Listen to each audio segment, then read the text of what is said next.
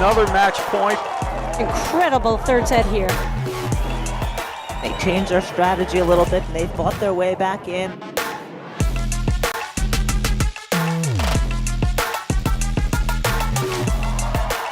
There it is, game, set, and match.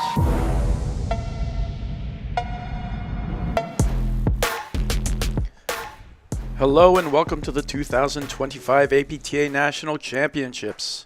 We're live from the Philadelphia Cricket Club in Philadelphia, Pennsylvania, bringing you the men's and women's national championships with live streaming brought to you by the APTA membership and our tour presenting sponsors Volley and Corient.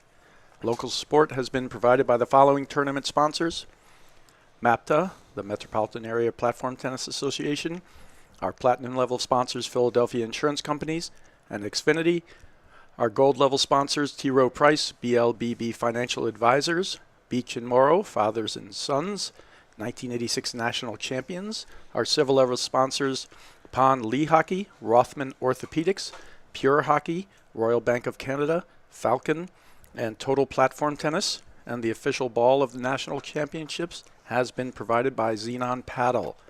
I'm Brad Easterbrook alongside Dave Broderick, bringing you men's semifinal round action between our number 1 seeds of Regalado and Salazar and the number 3 seeds of Nunez and Powers. Dave, it's a great matchup here, our final round matchup from last year. Welcome to the booth. Thank you, Brad. Yeah, no, it's I think everybody that's out there watching and everyone here live in Philly Cricket Club is in for a great, exciting match. We have our defending national champions and our number 1 seeds who are hoping to become the current national champions at the end of the day. Just to announce and let everybody know who's out there, on the left side of your screen there, serving is Jose Salazar, and his partner to the right is Alvi Regalado in the ad side of the court right now. And their opponents on the baseline as well, over there on the right side of your screen, is Mark Powers, and his partner to the left, the lefty, is Guillermo Nunez. Brad, our chair umpire for today is going to be none other than Ron Bergatti, favorite here on the tour in the chair. This is a best 2 out of 3 set match. And, we've watched some spectacular women's play this morning, and I expect nothing less out of the men this afternoon. Yeah, I agree, and I'm glad you brought that up, Dave, because I think that women's semifinal, if anyone did not get a chance to look at it, please go back and view the tape here. It was probably the single greatest women's match that I've seen, that semifinal between the number 2 seeds of Hannah Zabori against Lopez and Page, and it came down to a tiebreaker in the third set, and it was just spectacular play. But getting to this match here, Nunez and Powers are national champions. They have rounded into form at the end of the season here. They've kind of been like, there have always been 2 individual talents, massive talents, but they're haven't always together. Played. Yeah, they're coming together, and they haven't. Let's get Ron here. He's going to announce the players. This semi-final round match is best of 3 sets with tiebreakers. Going to be to my right, from Roseland, New Jersey, Alvi Regalado. His partner from Greenwich, Connecticut, Jose Salazar. And to my left, from New York City, New York, Mark Powers. And his partner from New York City, New York, Guillermo Nunez. Regalado Salazar won the toss, chose to serve. Good luck, guys. All right, so there you have it. Yeah, as we were just talking about, Powers and Nunez sort of rounded into form. They won Indianapolis, and, they looked great there. And so far in this tournament, they've looked fantastic. I watched them play Fraser and West yesterday. Their volleying was off the charts, but really well. Their teamwork and discipline together as a team was also off the charts. That's been really sort of the knock. It's been like a little bit of a kind of a little off with the teamwork and the control of how it wants to go. But they were able to do yesterday to West and Fraser what Regalado and Salazar have been doing to teams all year, meaning they never miss volleys, very rarely. They're one of the best volleying teams in the country. They stayed patient, and they only took the opportunity when it was coming to them. And as a consequence, the pressure was intense for their opponents to find ways to win points. Yeah. And that's essentially what Regalado and Salazar do to you every time. They don't kill you with overheads. We know they can hit the ball. They're exceptional hitters. So let's just get here again really quickly on the players on the court. As Dave was saying it's not easy to tell Salazar and Regalado apart. They're both right-handed players, but the best way to do it is just remember that Alvi Regalado, he's got the black paddle, and Jose Salazar has the white one. Otherwise, they dress the same. Both tall, handsome, dark-haired men. There's a great shot there in transition. And right by from the way, Brad, get-go. Alvi always smells amazing. Does he? Nice. I did not know that. Yes, he always has fresh cologne on, smelling great. Perfect. All right, so when we have serving here, Jose Salazar is doing the serving. Top left of your screen, Guillermo Nunez, lefty, and Mark Powers. So, Ladies and gentlemen, welcome to the 2025 APTA National Championship. And if you're out there watching, you hear the other court, you Right. hear the other semifinal going on. So we are doing plenty of live streaming, a lot of action going on today from the Philly Cricket Club. Players to my left. And Brad, I think what you said, just moments ago is, when I talk to people and they ask me, what's the difference in the top level players and, what separates them? And, one of the things I'm finding out is just there are some teams that it's just so hard to win points against. that's correct, yeah. And that alone becomes an offensive strategy because you feel like you've got to force play. You feel like, you can't do this forever. And the better teams, they make you do it forever. And it's just so hard winning points. Yeah, you're right. In the simplest of terms, the best teams, a sort of baseline to even play in this tournament is you should be able to make 100 balls on command if you want to. It's sort of the baseline. And then from there, it's simply a question of, how much the other team can take. Like, if you give it your best shot, does that team miss it, or they just send it right back to you? And then the second area where you're winning points is, can you force more errors than your opponent, right? And these teams are good at both of those things. But the one thing that really separates, Regalado and Salazar all year has been their ability to give you so little, right? And they even make a nice offensive shot there, but they still make so few errors. Yeah. And they take your best shots, and you don't win points with them. They either let it go through, right, and they transition back and just go to the backcourt where they stay very disciplined and patient, or they just make the volley. And so you see right now, a good start for them, getting 2 points in a row off missed volleys from Nunez and Powers. And we talked about how good a volleying team they are. And I think, Brad, that is one of the sort of, if we look at the checklist of intangibles, that goes unnoticed by probably a lot of people. Regalado Salazar, they do make great decisions in letting balls go through and, just going back in transition, playing it off the back screen to, live another day. Great move. So far, these guys, we talked about how great their volleys. We had 4 missed volleys. Missed volleys, yeah. Yeah, but all good plays. Like, that was a good, quick little strikes. We've gotten balls down at their feet with some blitzes behind. And that's the part of that we were talking about before. And these teams also can force errors. Right. In all those cases, those volleys, they were just on blitzes or low crosses, right? They weren't simple ones. We actually haven't seen that point yet where one team's like settled at the net yet, right? And I think that's something that we're going to see a lot of is I think, Nunez is as good as he is from the baseline. I think he's even better when he starts hitting and moving forward, looking to put pressure on. And, that was on full display last year at the National Championship, especially in the finals. Yeah, absolutely. And I think that National Championship, because Regalado and Salazar have they came within a hair's breadth of winning it last year, and they're really their first season. They started last year's season not getting into the tour and Right. to the Grand Prix events and Yeah. the main events. They had to play the Challenger events in their first ones, and they were a hair's breadth from winning a national championships. And they know that kind of in crucial moments last year, they gave away the points that they actually got off script. They haven't been off script all season, meaning at certain times they just didn't stay disciplined. They've stayed disciplined throughout every tournament this year. The only teams that have been beaten them are teams that have been willing to stay out there as long as they will force you to. Right? And not tried to press on them. Those are the only teams that have beaten them this season. And those teams are, Broderick and Christian, your brother, of course, and McNerney and Morgan, and even the McNerney and Morgan match had some funny pieces to it. An overturn call. They had several match points. Yes. Yeah, they had like 5 or 6 of them, and but the only teams that have been able. Otherwise, people have pressed against them. Right. And that being said, they put that pressure on you with their ability to defend and make every ball. And you see here, they're just pushing overheads back, But they actually have a ton of offensive skill as well. Salazar can hit up both wings, huge. Regalado's got a great forehand, a great move up the side wire.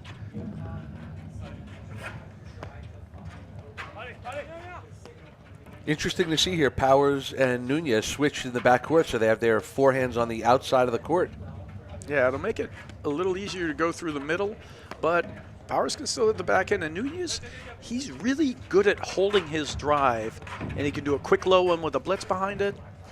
I don't see him strike a lot of backhands, but there you see that perfect transition that we talk about for those guys. They don't reach for volleys and miss them that often.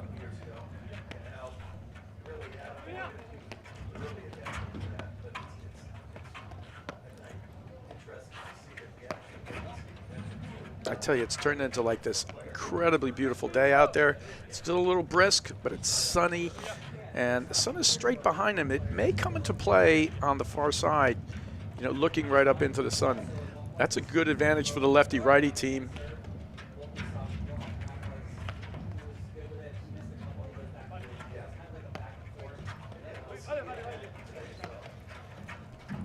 See another switch at the baseline there. Just, again, giving them different looks, not making them comfortable at the net.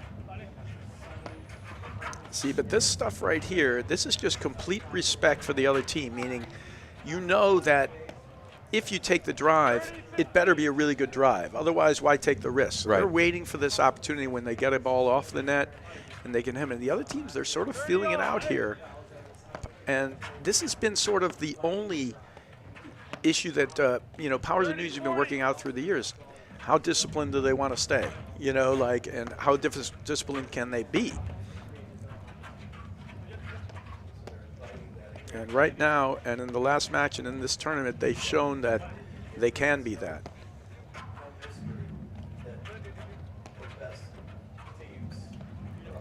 And I think, Brad, if you're Nunez Powers, being patient is going to require a little more focus, where I think Regalado Salazar, this is more of the typical way that they play. So it's going to come a little bit more natural to them. And there you saw on display, and this is the first time we've seen it today, the Powers forehand. It's, big. Talked about all the time. He just ripped 2 balls. They made the first one, which was astonishing in itself. And then he took the second one and he just drilled it through. And he does it with such an, economical backswing. Right. And he can roll it or hit it. Yeah, none is actually the correct term. You're absolutely right. And he explodes into it. Sets the hand. Yep. He uses his whole body. He don't just swing with his arm. Oh, great shot there. Beautifully played there from Salazar. Great point. Regalado Salazar. Yeah, that all happened too quick for Powers. I think he thought that Nunez might volley that. Jeez Louise, that ball's going to be so hard they're not going to be able to take the net. Yeah. Honestly, when he's hitting it that hard, Powers usually tries to frame you. Like he wants to get it in your body frame, so you're forced to volley it. He wants you to volley it, yeah. Right? But, because if you get out of the way, it's actually, you gain nothing. You gain nothing. There's no advantage. So great job from Regalado just getting out of the way there. But I think anytime you play against Mark Powers, again, just sticking with his forehand, you definitely don't want to give him a lead. And you definitely don't want him swinging at the forehand freely. Because the more free he swings, the harder it gets. Yeah, it's certainly one of the best forehands on the tour, without a doubt. I mean, you've seen 3 just rocket ships in the last 2 points. Good news is for everybody out there watching, Brad, whether you're here, live or you're watching it on the live stream, is that, these guys are in mid-match form in the first game. Yes, absolutely. We often do see that sort of feeling out moment. Guy rips a return, puts in the bottom of the net. He's just calibrating. Yeah, they're right in there. These guys also had a long time to warm up. You know, they were out there hitting a little early, so they were pretty loose. And I imagine they all had a little, kind of like a mini sweat before they got right out here. Yeah, and by the way, kudos to everyone involved here with the 2025 APTA Nationals. They've just done a stellar job, Dave. The setup, the facility is amazing. It's, you know, they have the food trucks, they have the music going, fire pits, heaters. It's just it's an amazing event. It's an amazing venue. It's been a great event so far, led by Bruce Redpath, Andy Addis. Oh, beautiful carve. Nunez with the first cut finisher of the match. Also, we have Boris Felbright. Yep, the director here. Just a perfect time. He's got the guy backing up. He's got Regalado off his heels.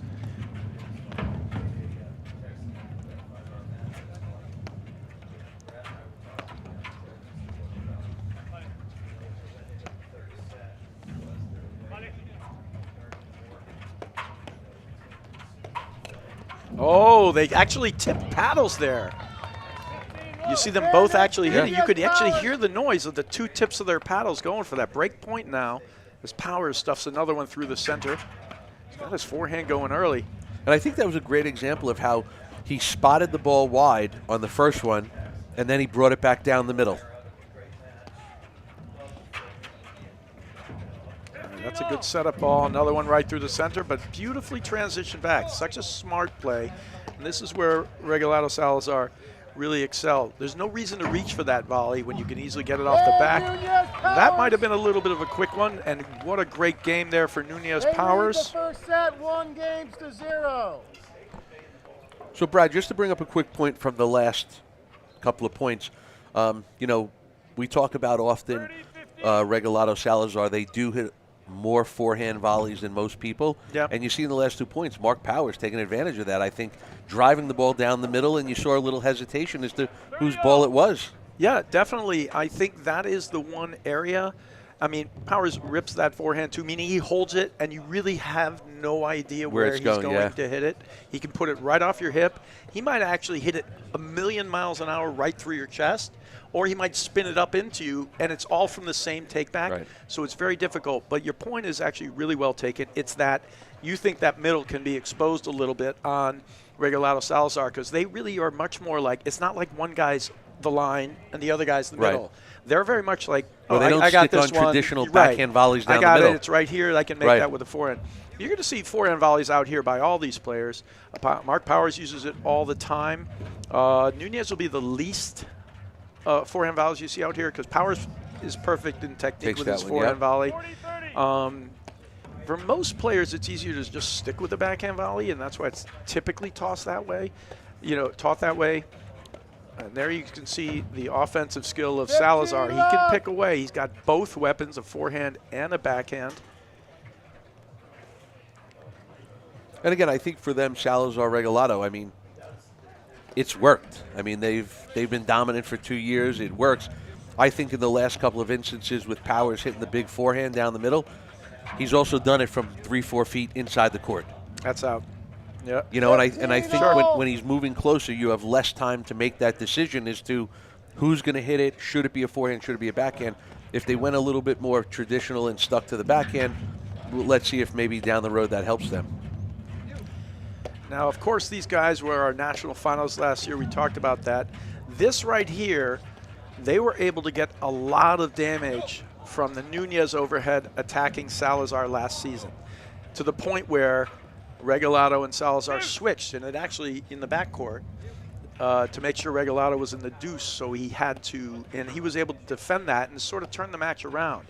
Salazar, I think, is much improved in his defense, and I don't think we're going to be able to see Nunez put him in the washing machine, but that's something we're going to look out for as the match goes on. And if I remember correctly, Nunez did quite a few right at Salazar backside screens, moving him, you know, really twisting him up, moving him around. Heavy cut so that it hits to the back screen and then shoots off way to his right, and then he would cut it down into the screen to pop it up in behind him, and he did a really good job of that.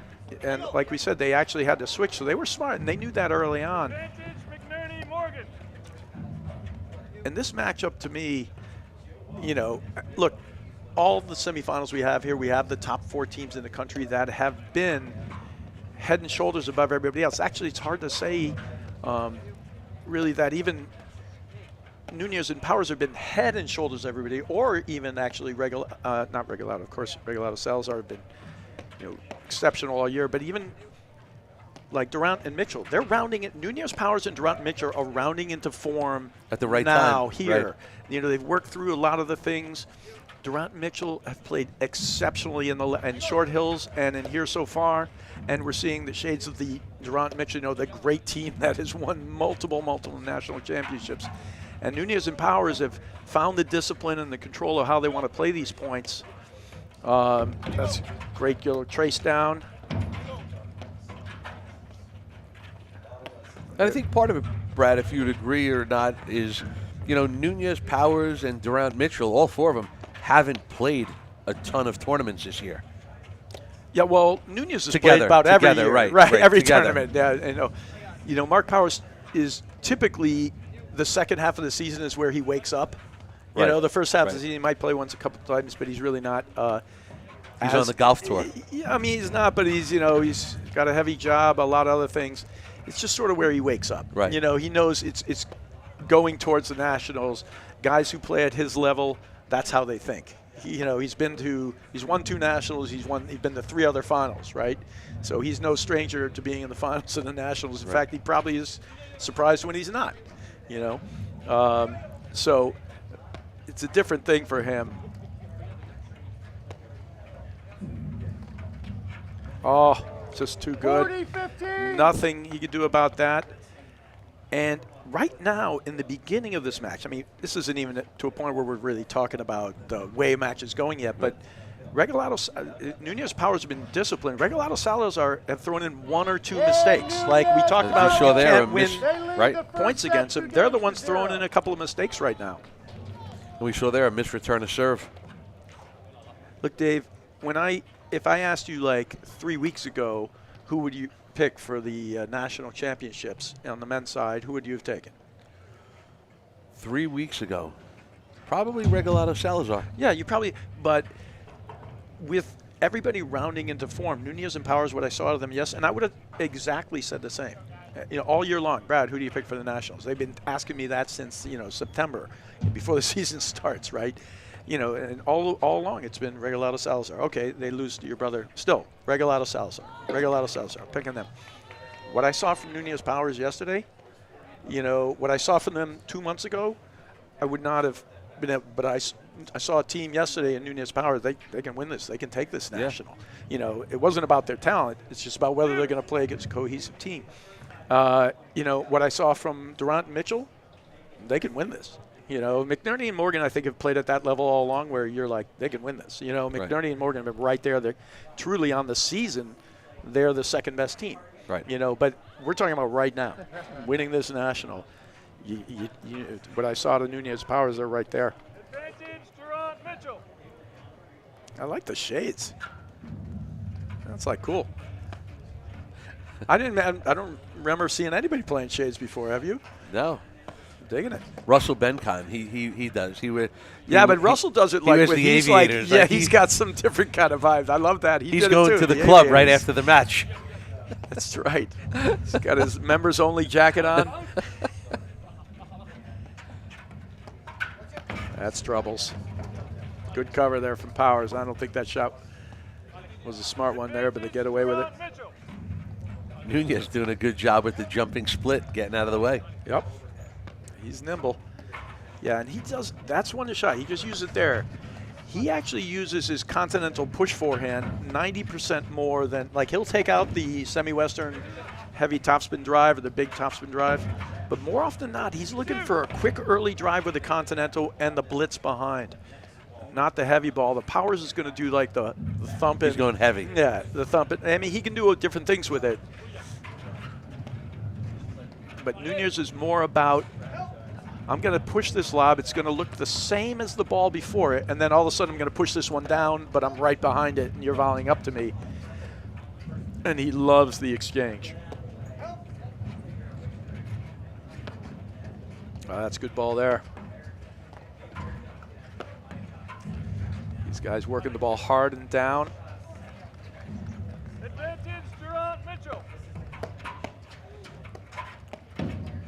You see right there, if a really good overhead, the ability with that no backswing. One time, yeah. Forehand. I mean, Powers is on it right now.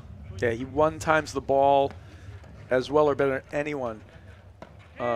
Meaning you think it's a normal ball that normally 9 times out of 10 everybody else in the country is going to let go, but he actually just hits it. Right. Right.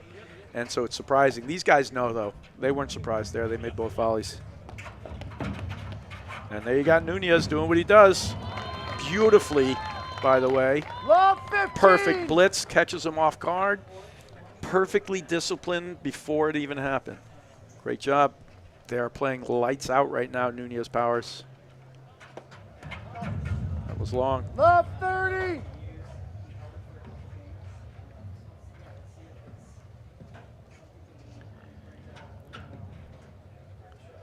don't know if Nunez wasn't ready back there. I'm not sure.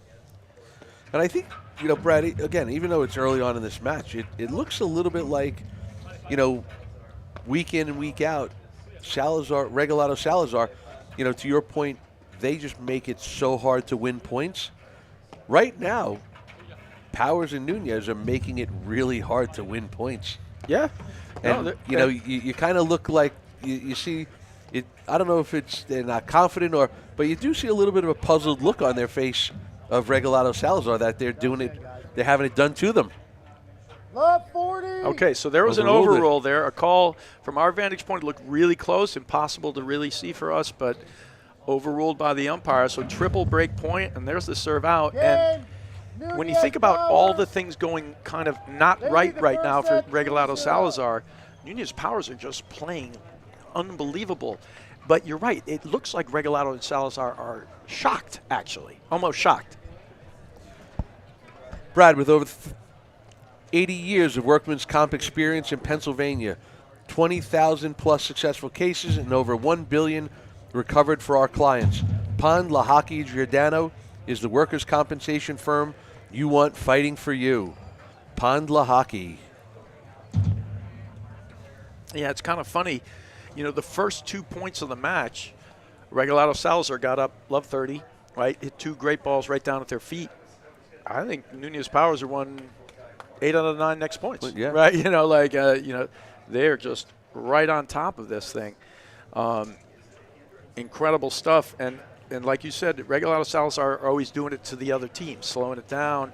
But this is also moving fast. This is not moving slow. Right. And Regalado Salazar have done most of their damage slower, you know, in the way where you're feeling the pressure to have to do something. Right now, it looks like they feel the pressure to have to do something. Yeah. So it's almost the exact opposite of what they've been doing all season long.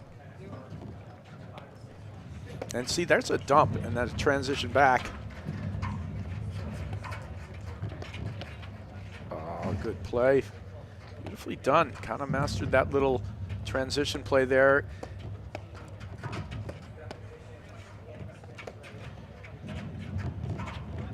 Sort of an inverted get there from Powers. Great job.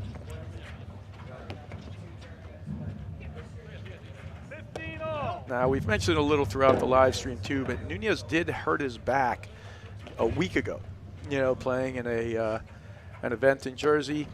And he seems fine. You know, I know he's gone through some therapy, but there was some concern as to how his physical abilities would be. And from what I've seen yesterday and even today, he looks great. It looks like he's moving really well. Yeah.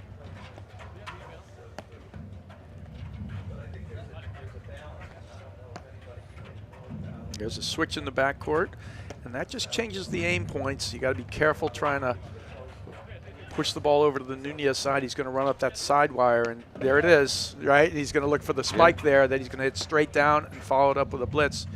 And Mark Powers, his partner, knows that, so he knows that if he doesn't get it, he's got to cover the overhead that goes behind him to the middle.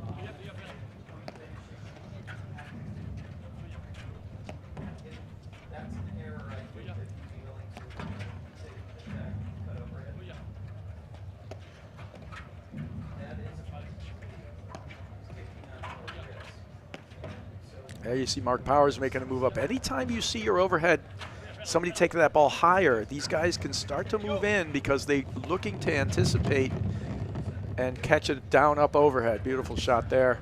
And they know if it's a good overhead, they have time to go back and play it off the side back screen. Yep.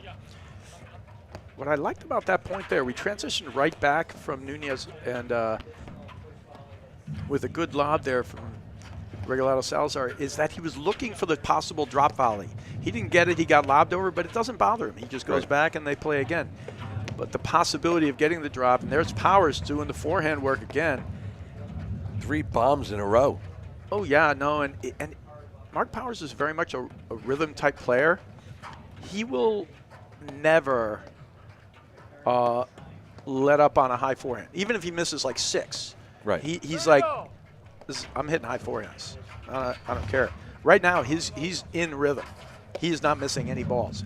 He does have moments, everyone does, where he might miss 4 or 5, right? He'll never stop. You know, you give him a high forehand, he's going to hit it. Because he's that confident in his forehand. You know it's all going to regress back down to the mean. Right now, he hasn't missed 1. 30 love. Just great play from Nunez Powers. The pressure continues. Regalado Salazar, you know, have done most of their damage playing slower, not faster. They're playing faster right now. That's going to be trouble, but great transition back. They're pretty much playing to the tempo of Powers Nunez. Yeah.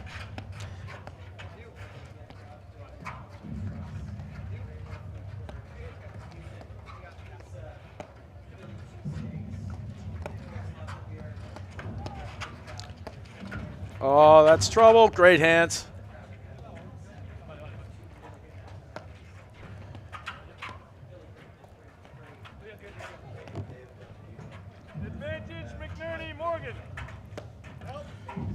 Brad, did you know Philly Cricket Club is the oldest country club in America? I did not. Tell me about it, Dave. Well, it's just one of the oldest country clubs in America. Oh, and he was going for a little waterfall there. Trying to hit the attacking shot. All right, Nunez Powers. Point away from a 4-love lead here. Yeah, the Philly Cricket Club is a storied club. It's been ranked with #1 facilities in the country. It's got padel courts. Beautiful indoor squash facility. Beautiful. Right, a whole cricket lawn.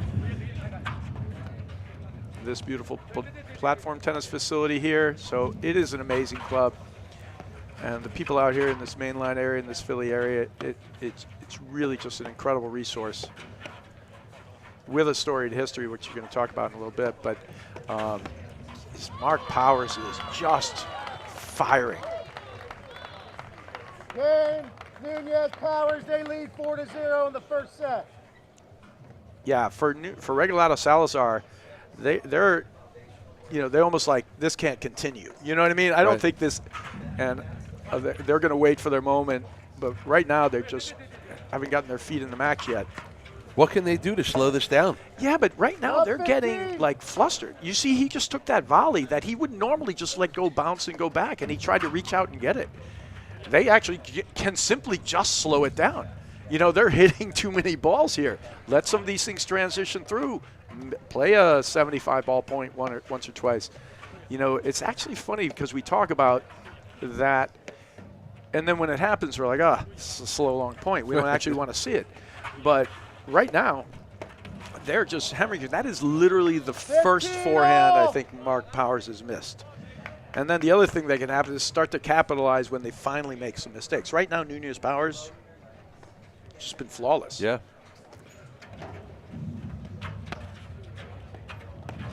And that might have been the first miss we've seen from Mark Powers.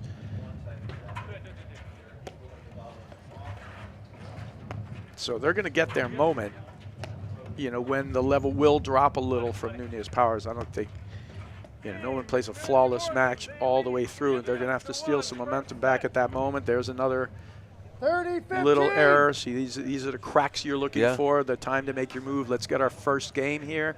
Once they just get their first game, everything's going to relax anyway. You know, like it's like, all right, we finally arrived. We're here. Yeah. And you talk about it a lot in sports, but I mean, platform tennis more than anything is, you know, especially when you're up and you're winning, you don't want to let the other team hang around. Right. You know, because momentum is crazy, switching back and forth in platform tennis. You let a team hang around, and next thing you know, you're down. Yeah. I mean, you know, we were talking for a second about that women's semifinal.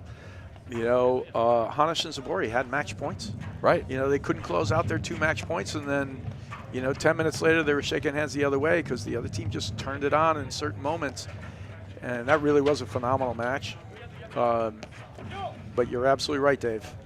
And again, you go back to the women's semi. I mean, if you watch the first set, it was a little bit shocking that it went to 3 sets, and then next thing you know, they had match points. Right. You know, again, it's just the momentum, and you let a team hang around. And yeah, it's more than that. I mean, they changed their strategy in the whole works. They were Yes, the they only did. women's team to play a permanent eye situation. What Zabori was doing at the net in that match, and there you go. See, they're not transitioning back, and he's not recognizing that switch. You could not put that ball right into the Powers forehand. right, especially from the opposite side of the court. But we haven't really seen Powers and Nunez switch in the backcourt that much at all. And they're adding this stuff in. And we talked about rounding into form. This is playing as a cohesive team. They have plays now that they're using and strategies that they're starting to work. The biggest issue in the past was they would play more as 2 individuals with different game styles necessary or not even the same plan. But their skills were so massive that it doesn't matter. They're still going to beat 90% of the people. Right. But they weren't really beating the top teams, right? You know, now you see what it looks like, what it can look like with 2 players at the skill level who are a cohesive unit.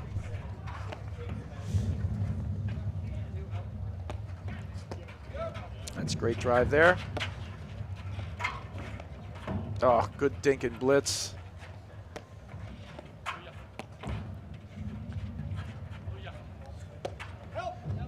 And I think to your point from earlier about, you know, what a difference a year makes, we have not seen Nunez get twisted up at all in his screens over there in the deuce side of the court. Nope, been flawless so far. He's playing, you know, the level's been really high. And I do believe to a degree it is shocking to Regalado and Salazar, meaning how high the level is for those guys. This is finally their, you can see them starting to get involved now. There's a move from Powers. He's got the back end as well. Yeah, Powers is just off the deck. He's seeing the ball really well right now.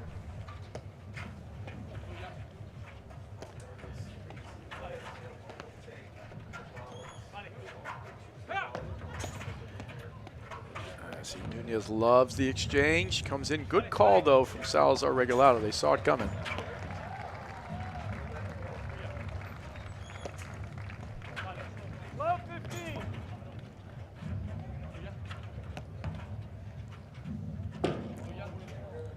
These are great waterfalls. No, these are. I mean, what a get by Nunez over there. Switch in the backcourt.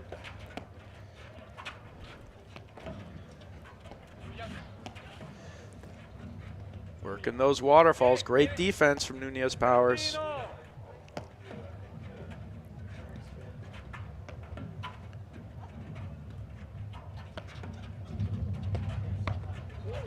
High forehand. He will take 90% of those. That was good, though. He had him moving back. It wasn't an easy forehand for Powers moving forward in the court. That's when you know you're in real trouble.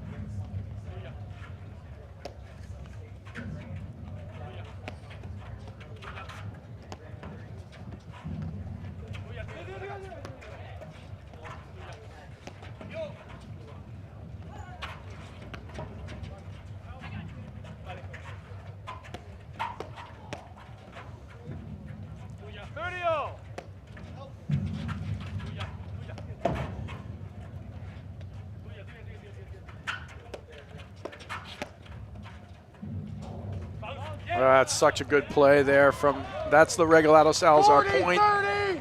Beautifully done. They're at the doorstep of their first game. They had a game point in the first one as well. Couple game points, yeah. Yeah. And there it is. On the board, they have arrived in the match, Dave. No, absolutely. Hey, Brad, did you know? 4-1. Brad, did you know that volley players have hit 7 million balls? That's a lot of high-quality training. Don't get left behind. Get your reps in with volley. Whether it's day or night, you're in control of your training. Volley offers world-class training on demand, helping you sharpen your skills and level up your game whenever it fits your schedule. Ready to join the movement? Start training smarter with volley today. There you go. And, you know, this now, we're going to see where this match goes from here. You know, much different scenario. Regalado Salazar, I think the shock of those first few games is over. Nunez Powers have just played lights out. And they got an error or two in that game. You know, still a really tight one. But we'll see if they actually slow it down a little bit in the backcourt. They were playing very quick to begin with to start.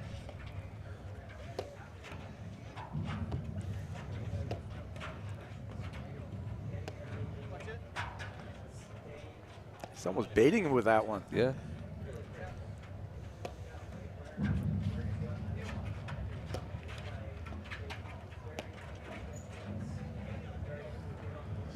Here's where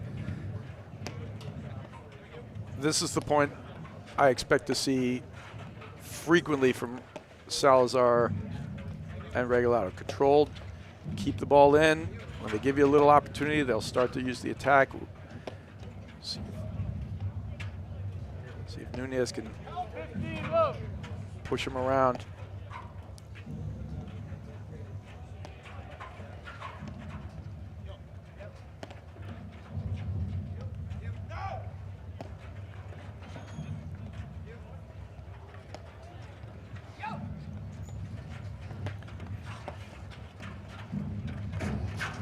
Great get.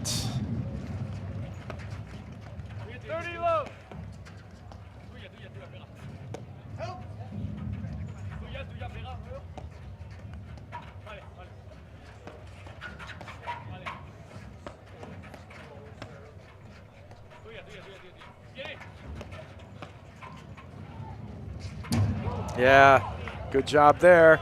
Good call out of the blitzing player. Get it down at his feet. He volleys up. They go right behind him.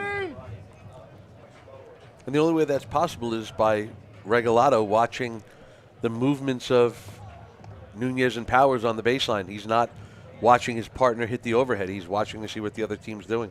Yeah, if you're not aware of when Nunez is blitzing, you're already in trouble. Yeah. You know, he's an exceptional blitzer.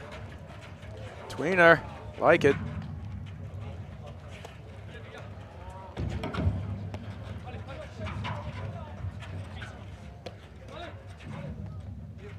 Yeah, good job. Now we're seeing this is the Regalado Salazar. We're going to play supreme defense, and there we go. And there is one too many cuts in a weird way. They got to dump it down the middle a little bit, and then the transition offense back when they give them something higher, and they got them a little out of position at the net.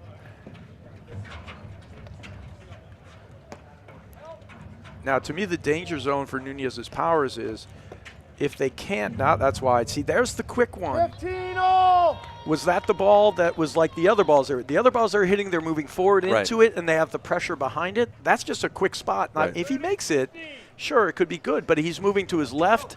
It's not the same, right? And that's what they've been so good about being disciplined with on the whole season. They really don't do that very often. No, excellent decision makers. Right. No, but there, would you call that an excellent decision? No. You play this perfect point not, and a couple of perfect points, and we're not seeing them still get to that, like, we're leveled out with perfect decision making, and that's what they'll do to you. Like you see right there, big forehand by Salazar.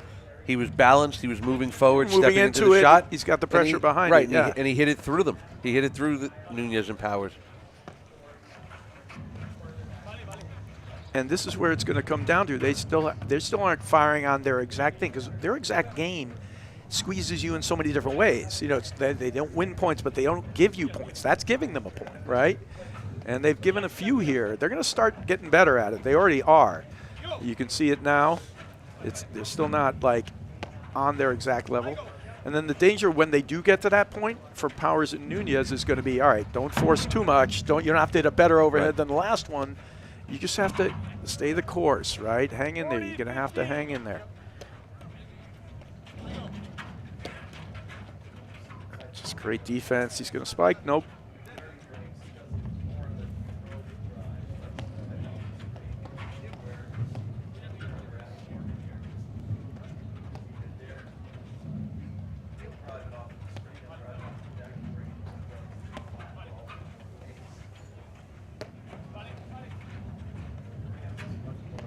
Good lob.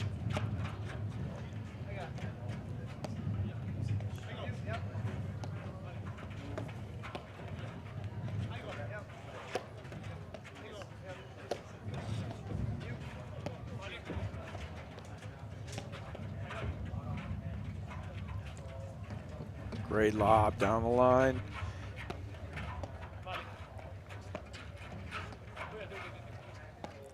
And Brad, we've seen a lot of transition in this match so far. Yeah, and we're going to keep seeing it because, like we talked about in the beginning, both these teams are excellent at knowing when to let that ball go.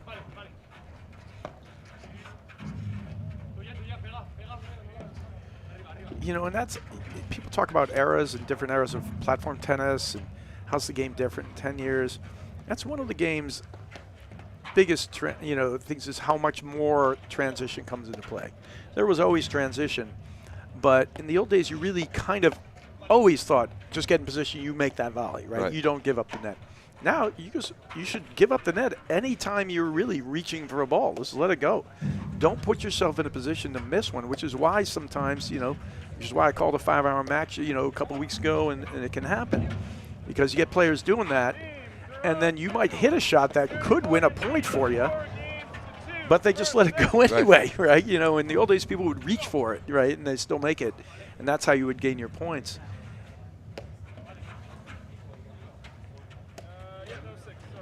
So transition is such a bigger part of the game.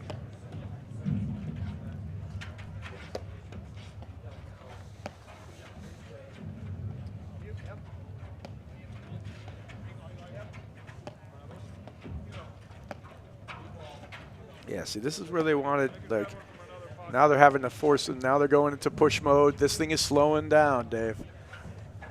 Yep, you can see it happening. Yep, it's slowing down. And this is the pace that Regalado and Salazar have been using on opponents all the time on the season until they get to the point where they try to do more. All right, I'm really going to cut this one, or I'm going to make this big, huge drive, right?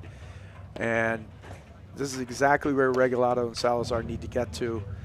And whether or not they are able to take this set, the fact that they're bringing the points to where they want them to be, that's huge. They're changing the tone for the rest of the match.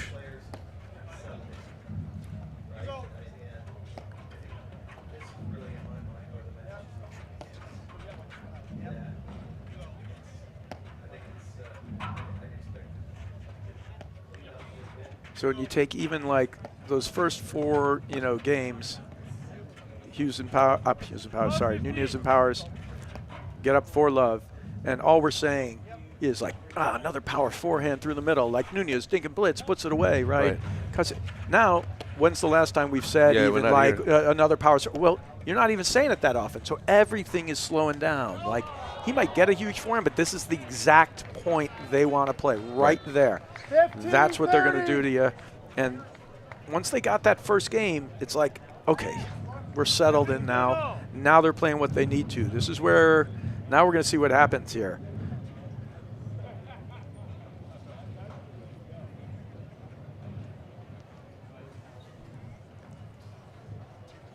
People moving around in the stands a little bit. And he is waiting for some movement. Again, big crowd here at Philly Cricket Club.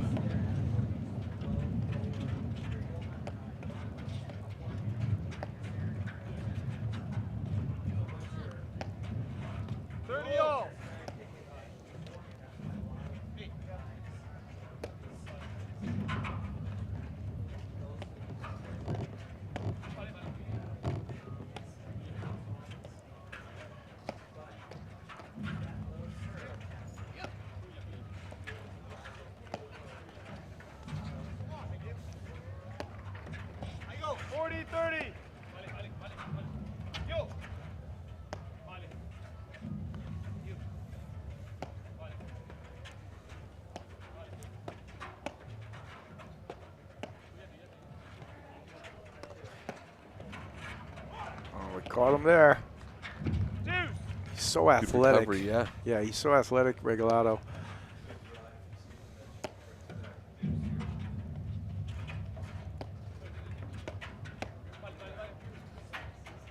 Good spot on that lob.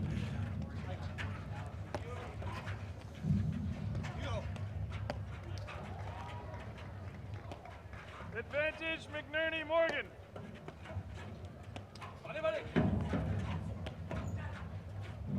Now let's see if they're going to start. Yeah, that's a good ball to try to carve. Now, Powers and Nunez will also start hitting like little fluff drops. They're not like drops like it with the intention of being a perfect drop shot for a winner. 30 But it's still yards. going to create movement. Yeah, force you to come in and make a decision if you're going to pop this ball or not pop this ball, but it creates some movement, it creates a different zone. And my point with that is they use it to great effect against some teams. You know, Salazar and Regalado, you got to be a little careful because they're quick on it and in there, but it can be a good strategy. I'm curious to see if it's going to start happening here.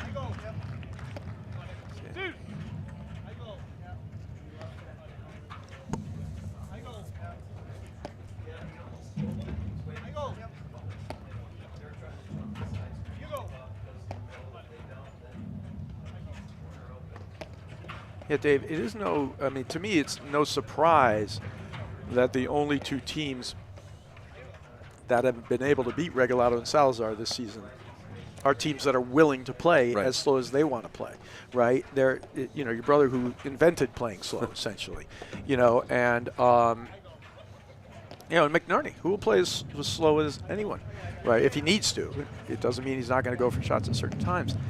It's almost a prerequisite when they bring it here that you know you got to bring your lunch bag out here and that you can't fall into the trap of beating these guys in 2 minutes because you can't. Not gonna happen. Right. Yeah, it's just not going to happen. So that is, in a nutshell, kind of what you're signing up for right from the get-go. And if you can't mentally get there, you're probably done before you start, right? And these guys, you know, they showed some amazing discipline in their win against Fraser West, where they played an exceptional match.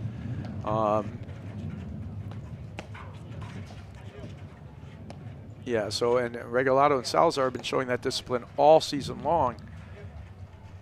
And in the first 4 or 5 games, they tried to play a different way, you know, and you see how that worked out, right? 4 love down, you know, we're just going another Powers forehand through the middle, another Nunez blitz, right, you know, and now they're slowing it down. This is where this match is going to live from now on.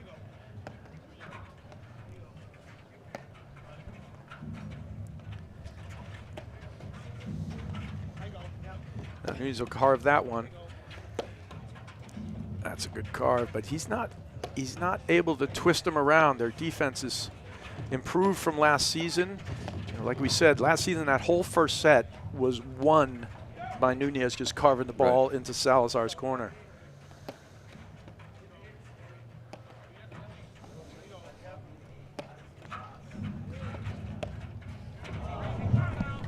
'30, 40.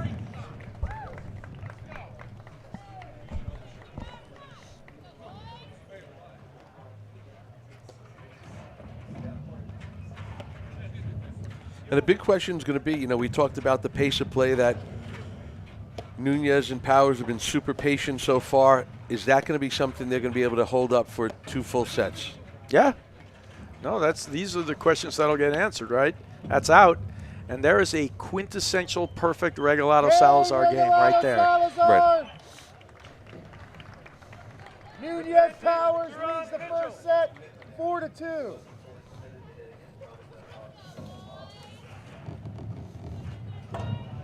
New ball. Yeah. New ball. All right, so bringing in the new ball. You hear Ron Borgatti up in the chair there. Still breezy out here, but I don't think it's going to really affect play. Now we've got Regalado Salazar playing the style they want to play or their tempo, and you can see how the results have completely shifted in this match so far. So it's 4-love. Nunez Powers playing at Nunez Powers speed, and now it's 2-love for Regalado and Salazar playing at Regalado Salazar speed, right? And we'll see where it goes from here. That was a big game. That pointed 30 all, and then the game went quickly down. So great break for those guys, Regalado Salazar.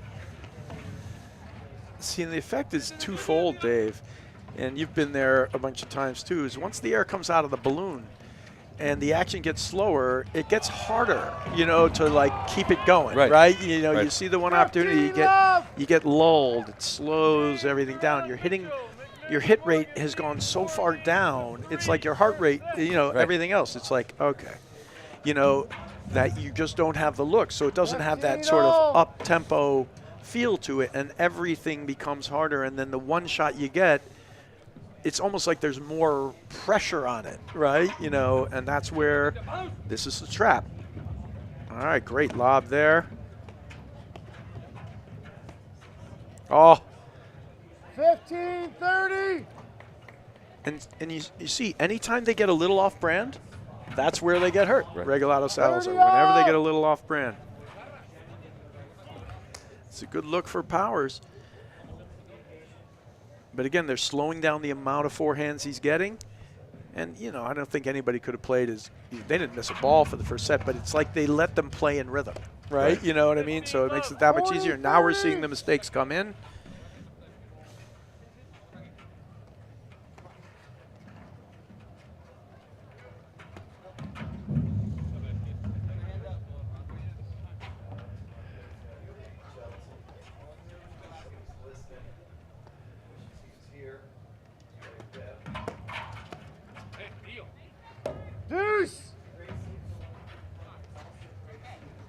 I kind of think of this as a big game, Dave. Do you think it's big? I mean, like 4-3 to 5-2, all the tempo and the momentum's going the other direction now after your 4-love hot start.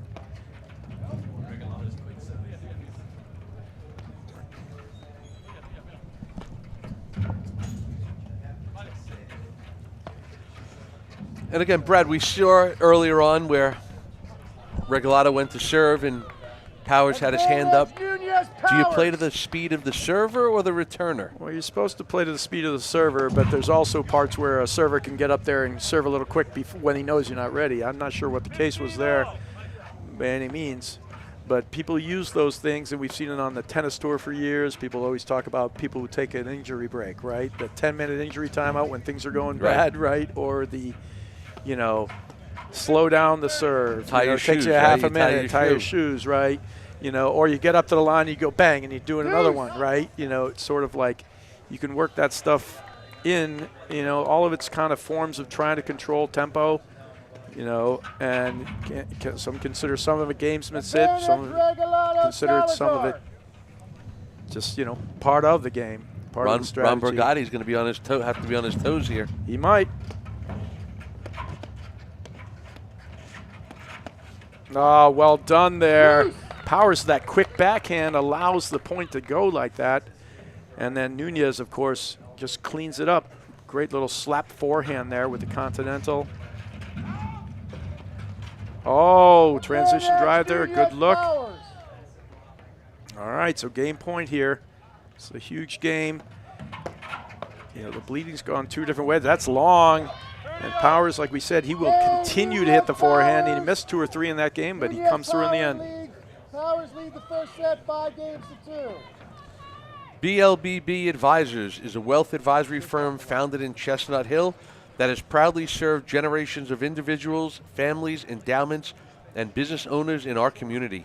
For more than 6 decades, they have been dedicated to providing strategic fiduciary guidance and personalized investment planning using its Plan, Invest, Succeed process. BLBB Advisors. Plan, Invest, Succeed, David. You know, a lot of these sponsors and things, you know, much of it's in line with how you're going to go out and make your game plan out here. Absolutely. Right? For sure, you know, platform tennis is a very tactical game. You know, you can see, you know, just on complete display here what it's like once the strategy changes or how a team slows it down and takes certain points away from you that you were gaining before. So, I thought that game Regalado kind of played quickly serving. Oh yeah, no. Well, you mean he was serving like quickly? He got up to the line and he got he was no time in between points, and you know, and again they, to your point, you know, they were down love 4 and then they were up 2-love. Oh, what a get from Powers! Can they get this one too? Nunez. Oh, unbelievable! That's a great play there. I think he was surprised he drove that because they were still running all over the place. Like look at this, he goes right past him and he just hits it. But see, I and I do bring this up a lot on the live stream. When you go past a guy who's mid-court like that, it's not a bad play, but you got to go through them, through their feet. You cannot bounce it up in front of them. Right. Once it does, it's actually just a drivable ball. You give them potential options.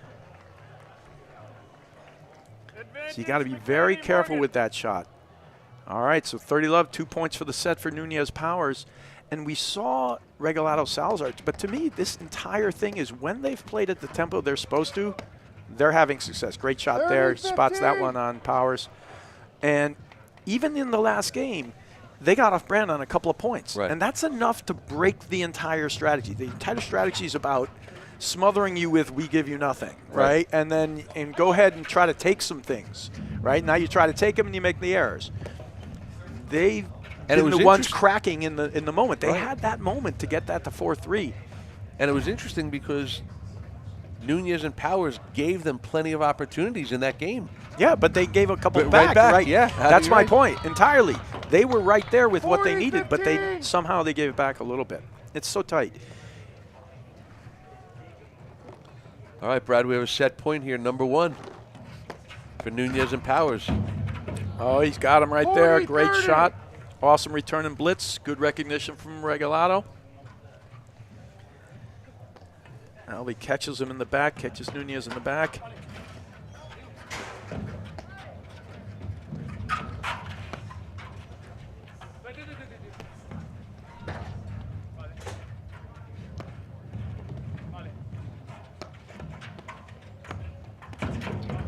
No. Great move, but pushes it long. He set it all up what he wanted. Yeah. A little overplay on the volley, but you still like the move. That's part of his game. Good transition back there from Regalado Salazar. What I loved about that was that they didn't give him a target to hit at, right? They got out of there. So there wasn't a place to go. Smart move from Powers there, just lob volleying that. Buy time to get back, yeah. Give him a little time. That was not an easy lob volley either, very difficult. Just opened his face completely flat.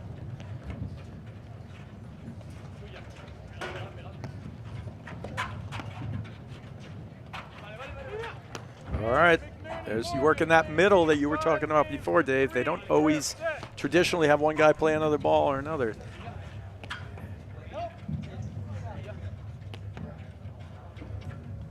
A really great job with waterfalls here.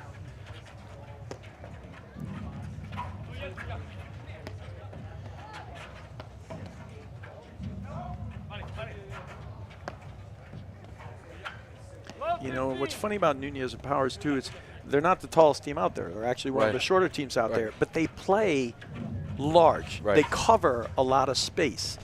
I was talking to Martin Bostrom the other day, and he'd played a match against him. He said, there's nowhere to really hit it by him.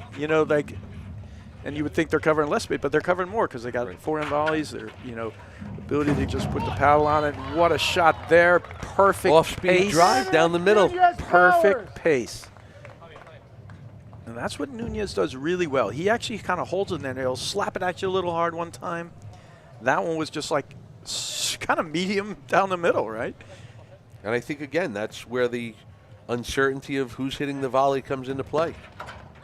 And that is game and first set to Nunez Powers. And we will be right back here on the ATPTA YouTube channel presented by Joho. At Volley, we build tools to unlock your potential. The new Volley PTI feature breaks down your game like never before. Ever wondered, which partner has impacted my PTI the most? What's our win percentage as the favorite or underdog? Do I perform differently in 2 or 3 set matches? Now, it's all at your fingertips. The PTI tool is free to everyone. Download the Volley app today and level up your game. We'll see you on the court. At Corient, wealth management begins and ends with you. We believe the more personal the solution, the more powerful the result. We treat your goals as our own. We never lose focus on the life you want to build. and our experienced advisors design custom-built strategies to help you get there. It's time for a wealth management experience as sophisticated as you are. It's time for Corient. You know you have an account with Philadelphia. A, they're covered properly. You know, the policy is second to none. And B, you're gonna have no service issues, whether it's inspections, claims, billing, whatever the problem may be, they're on top of it. I love working with Philadelphia insurance companies. It's easy doing business with them. They make us look good. It's a cultural thing with Philadelphia. Everybody is there for you.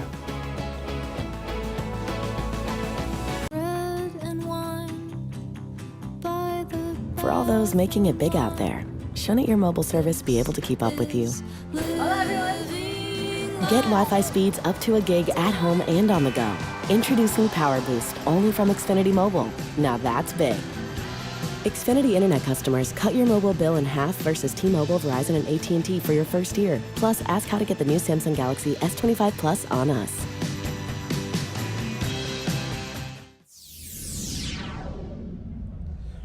Welcome back to the APTA Tour. We're here at the 2025 Men's and Women's National Championships in Philadelphia, PA. This is a men's semifinal round match between Alvi Regalado and Jose Salazar, taking on Guillermo Nunez and Mark Powers. I'm David Broderick, along with Brad Easterbrook. We had Nunez and Powers winning the first set, 6-2. Very quickly, just to reintroduce the players on the court. At the top of your screen in the blue vest is Guillermo Nunez. At the bottom of the screen at the net is Alvi Regalado, and his partner about to serve is Jose Salazar. And if we go back to the top of the screen in the reddish colored shirt is Mark Powers. And Brad, what do you think about that first set? I mean, it was just a great set. You know, for Nunez Powers, they came out hot, firing. But Salazar and Regalado, to me, the whole story is them not playing the strategy that's got him to have the year they have. And then they did it, but only in pieces. Right. They weren't able to continue doing it. And again, to your point, I mean, Nunez and Powers played a pretty flawless first set. Well, they played a flawless 4 games, you know, right there from the outset. But I'll also say that they sort of fell into it. Right. Like we talked about, you know, how Salazar and Regalado, they'll let balls go through, but you caught them reaching for a volley and missing one, right? And then they were hitting drives that weren't helping them. Right. They were making mistakes, right? And then when they did make the moment where they dialed it back down, they won 2 games in a row.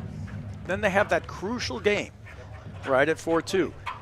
And at that point, they're getting Powers to miss a couple of balls, right? They're getting Nunez to make a mistake. And then when they did, they went right back and gave it back to him. They gave it back. That's not how that strategy works, right? You know, like, yeah. You know, because those guys, and to me it was all the faster those guys played, the worse it got for Regalado Salazar. Once they got it to the place they wanted to, they just have to keep it going. You know, Regalado Salazar can hit. They have all the talent in the world. They can do this stuff. But if they try to play faster than Nunez Powers, they're not going to win this match. Right. You know, put it this way, I'd be shocked if they won this match. Without playing Regalado Salazar paddle. Right.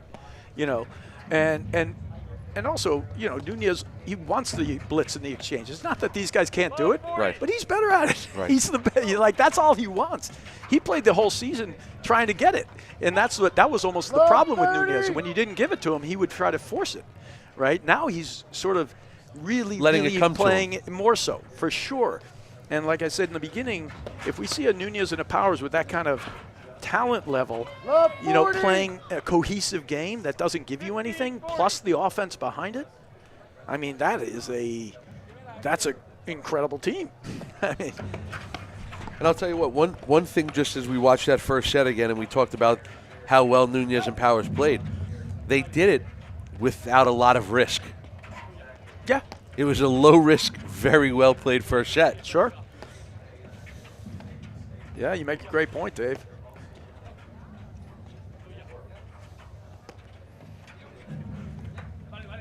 Switching the backcourt. And I love those dimensions they're adding. Right, they've got different plays they're using. They know how the court's going to set up now.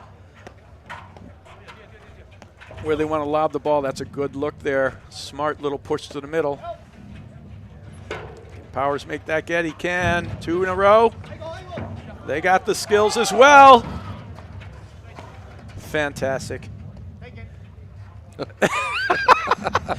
Did he hold up the stop sign? I don't know what it was. Just have him stop. You Whatever go. it was Powers, great. you go. Take it. I got to let a couple kids cross the street Right, right now. exactly. Everybody stop. When he's done with paddle, he can be a great crossing guard. Hey, Nunez Powers. Nunez Powers leads the second set 1-0. Nunez Powers won the first set 6-2. Train keeps rolling. Nunez Powers. Again, fantastic play. He caught Salazar in a couple of forehand volleys there. You know, tight spots. We say, you know, you could exploit a little bit of that middle there, but. And then even on that last shot, I don't know how good idea it was to be blitzing with Nunez hitting an overhead. Yeah. I mean, we talk about players jumping the route on the down-up overhead, but I understand what you mean there.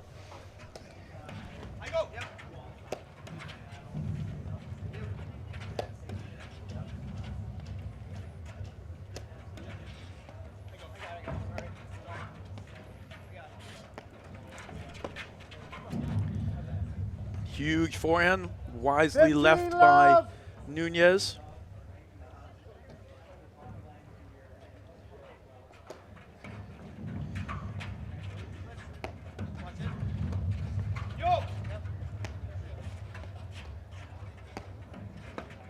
Oh, huge. He has that backhand. It's the first one we've seen today. You go down into that side screen. He loves the move.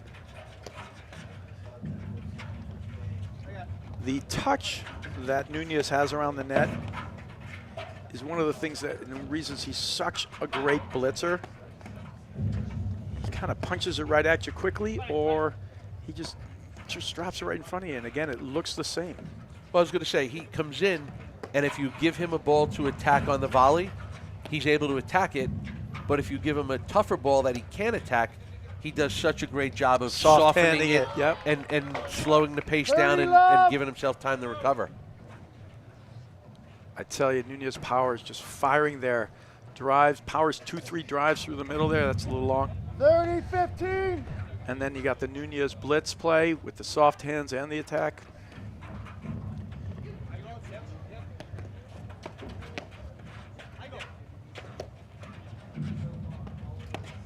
Great hands.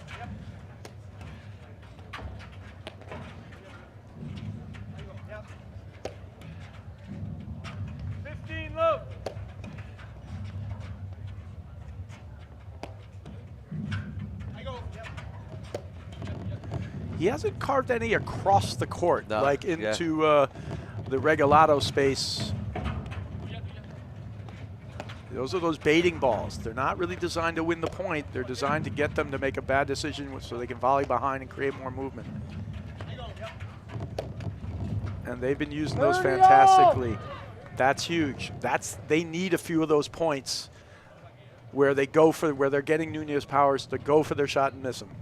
You know, is that a bad cutter? No, it's a short ball. He can cut it, but if you make him play 75, you're going to miss one some of the time. Yeah. You know, it's not that easy. And this is where they want. They want to win points with defense or turning defense into offense.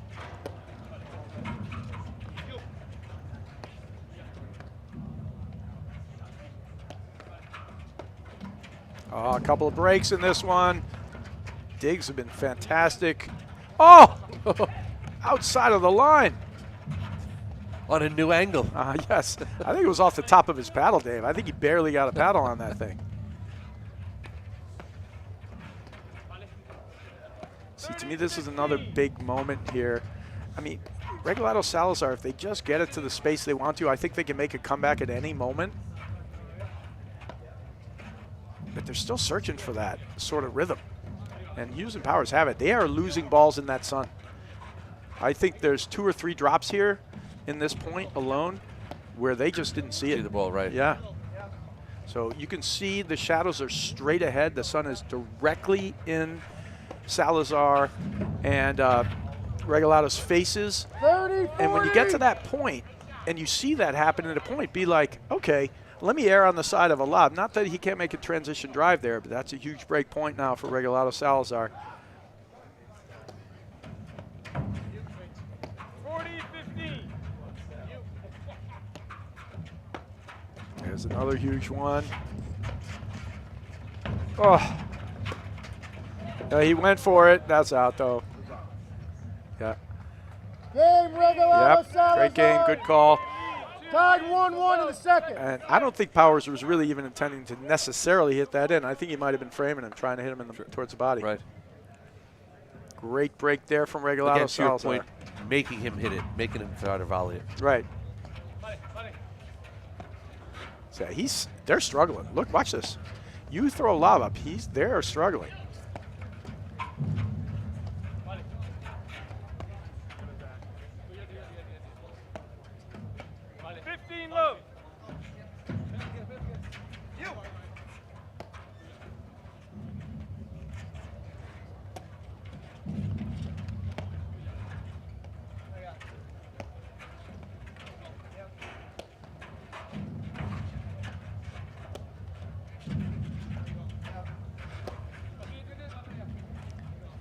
I know we've been talking about it a bit, Dave, but, Regalado Salazar, do they put pressure on you with overheads? Not as much as a lot of other teams. Yeah, very little, right? Yeah. So again, when they get to the net or where they get you in all places is not through the pressure, through the fact that they're almost going to give it to you, right? And you just take a shot, right? And they just got to keep remembering that. You know what I mean? They're not hitting cut overheads. They'll hit a good roller at the corner every now and then. They have good touch. They can do shots in there, but that's not where they're making their living, right? That's a good move.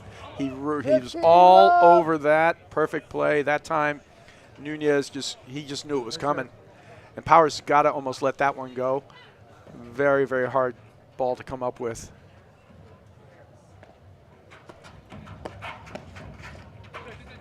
I'll tell you what, Brad, we haven't seen a lot of rollers overheads by Salazar and Regalado. No, actually, they'll hit push them. overheads. But mostly they just push it back at you and dare you to drive it. And then they make the volleys, right? And then they count on you missing one or two or overcooking one or two. And the ones you make, they can transition back and just get back to it. And again, it sort of works in a way where it just keeps pressure. You're like, there, he just lets it go. I'm not even going to volley, and it's smart. And he gets the transition right back anyway. They didn't lose the net. This is, again, we're getting closer to the speed they need to play to win this match. See, he can't see it, or is that just confusion? To me, I think they can't see it. Oh, beautiful. I think Powers was counting on a weak ball there that he could hit a drop or an attack on, so he put all his eggs in the basket, being super close to the net, which I actually don't mind because it gives you a chance if he able to hit a great lob from there, whatever, just transition back. Yep. But an opportunity to win the point that presents itself like that, it's not a bad ball to look for.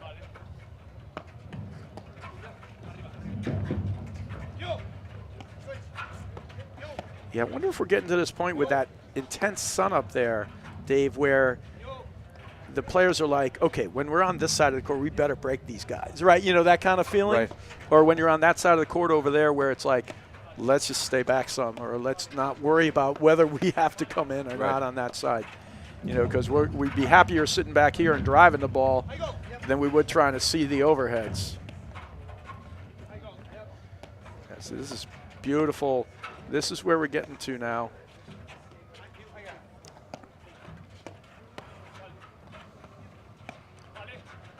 That was a tricky little ball there from Regalado. Good hands from Powers.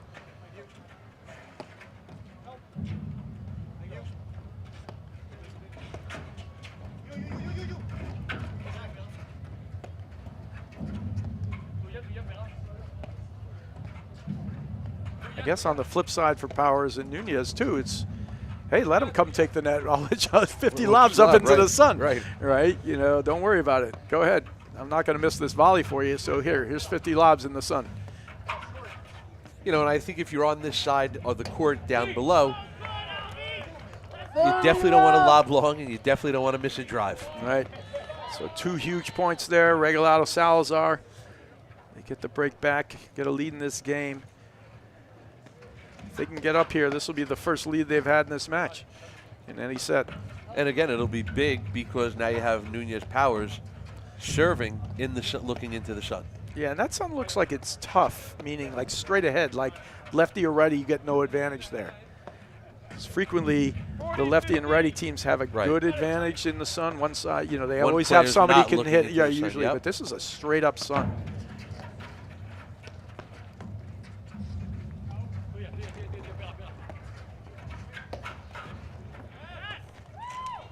Love. All right.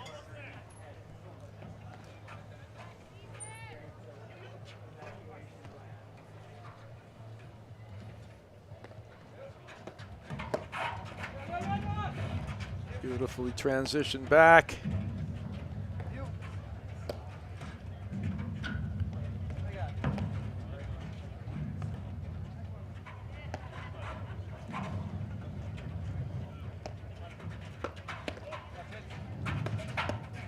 Oh, got a volley. Yeah, and I love what that was wide, I think.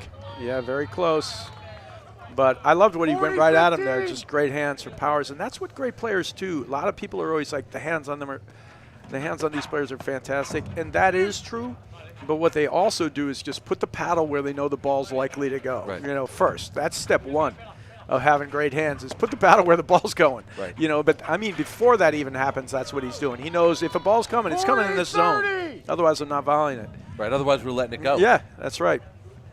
So great job by Powers, and another huge drive there from Nunez. Actually catches Salazar there. Powers on the move.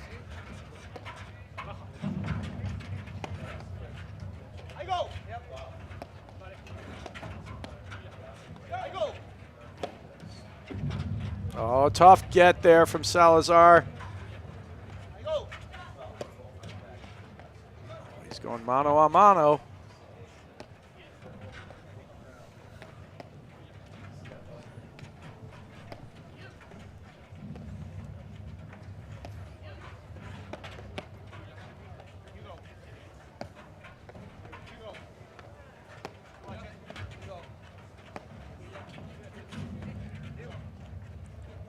Yeah, I think this is a really big point here for Regalado Salazar. I think, you know, they want to get out of here right now with a 2-1 lead. Oh, huge. Oh, set up. Beautiful play. Look at those hands around the back. No deal. Great job there. It was a moment there. It was a perfect lob setup there from Salazar, but Nunez Powers shut it down. And for those of you who are dialed in watching our match, if you want to know the score, Durant Mitchell lost the first set 6-3, and they're down 2-love against McNerney Morgan. So great start there for McNerney Morgan, who have had, you know, just a stellar season. Talked about the APTA Cup a little bit. Jose Salazar won it. Graham McNerney came within winning the finals of Short Hills to become the #1 player in the Cup, winning 10,000. Oh, that's a mistake. What hands again? Look at this action.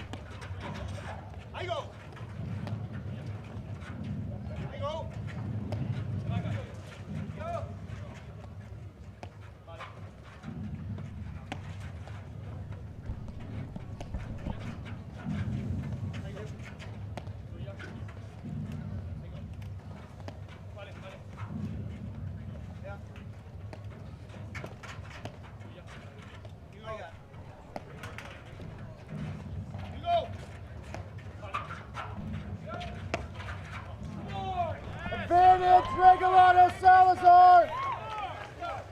And again, I think in this set, Brad, we're starting to see a couple of mistakes here and there creep in for Nunez Powers, and I think a lot of that has to do with the play of Regalado Salazar. They're getting this to be more of, you know, their controlled speed type of match. Yeah, you know, I agree with you. And we're seeing essentially the exact same thing we're talking about, which is a tempo thing. Powers, in that ball, he went for an offensive attacking volley. He chose that, right? And it was a moment where he said, I'm going for this. If I get it, maybe I get the point. We'll see. But he didn't have to go for that. But he went for it 70 balls in, right? And then that's going to be where they're going to live, is getting some points like that. They need those, right? I was talking to your brother a little, before too, and we were just talking about how you can't give certain points back at a certain time in a game, right? And and we were talking about the match he had played last night, and with Durant Mitchell, and he said if you told me beforehand that I would actually gave away more points than they did, I wouldn't have shown up that day. And it was probably about that, right? They lost 6-3, 6-3, and that's really the point. It's not that Powers gave it away, but he made the choice because he's playing so long that he's going to go for this one, right? Right. Great leave, smart play. He's not going to take a swing at it if he doesn't see it well. He can see it easily off the back. Yeah, I think even just getting a lead for the first time for Salazar and Regalado in a set will just be a massive thing.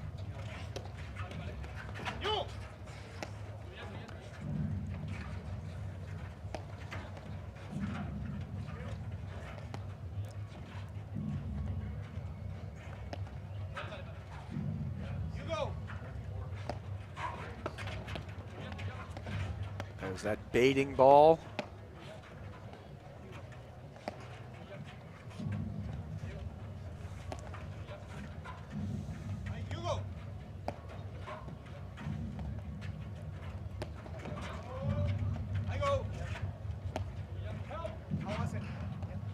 Oof, that looked close.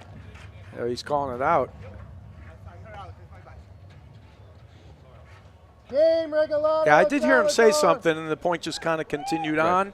Confirmed by the umpire. Huge game there for Regalado Salazar. At Pure Hockey, our mission is to share our passion for hockey and deliver an unmatched shopping experience to inspire a lifelong love for the game Nunez Powers and be the won trusted first partner set, for 6-2. players, families, and organizations nationwide. Come visit us at a Pure Hockey store near you. All right, so first lead in any set for Regalado and Salazar. And are you feeling like a little momentum shift, like they're getting this into a place where they want it? A little bit. It's definitely the points are getting longer. They're getting a little slower. That game sort of ended kind of oddly. Well, with Nunez thinking that a call was made on a ball that was in, and so it was a little bit of a weird situation.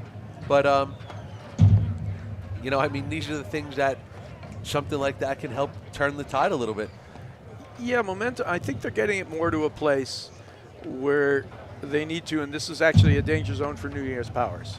Right. How are they going to handle playing from behind for the first time in the entire match? Yeah, that, and just like now these guys, I think they really are going to start staying committed to slowing it down. We'll see, because so far they did it for bits, and then they gave it back a little bit in the first set. Here we're still at the early ends of this first set, but they are definitely starting to improve how they're looking at this. And then will Powers and Nunez get frustrated with their inability to finish a point against these guys? That was a heck of a drop and get there from Salazar, and try to attack more, right? Because honestly, we could say that game did hinge, in fact, on that one volley that Powers went for, right? He went for it, he missed it, all right? So, and that's what these guys are counting on. You go for it, you miss it, you press.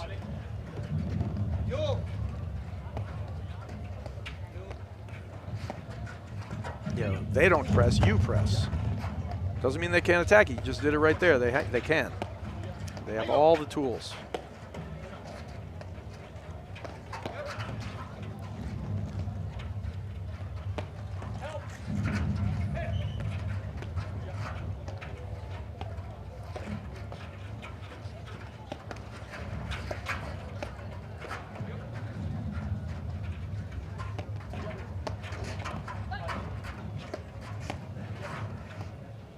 Brad, I think from a scoreboard standpoint, if you're Regalado Salazar, you have to be mildly, confident, because in the first set you won 2 out of 8 games. They've already won 2 out of 3 here in the second set. Yeah, no, look, they lost a set.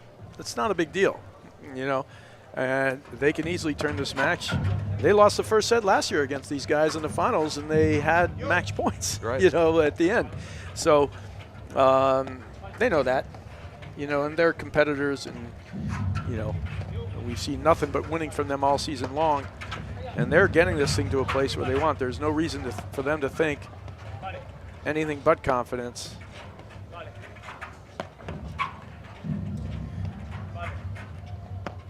Especially because when they've gotten it to the place they want it to be, it's been working. Right. It's not working.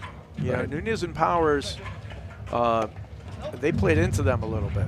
That's a great shot right there. Love 30. Do we see the roll overhead of Jose Salazar?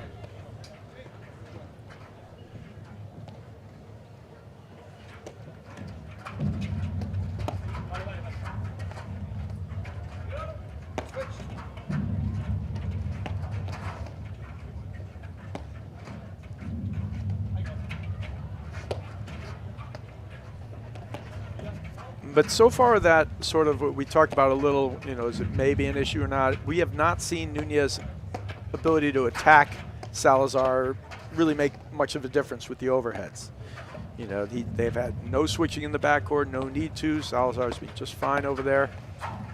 So I don't anticipate they're going to get a ton of points, you know, from the Nunez overhead. The Nunez overhead cutter winner, like just right in there. Just look at those spots there from Regalado, perfect. Nice transition from Powers.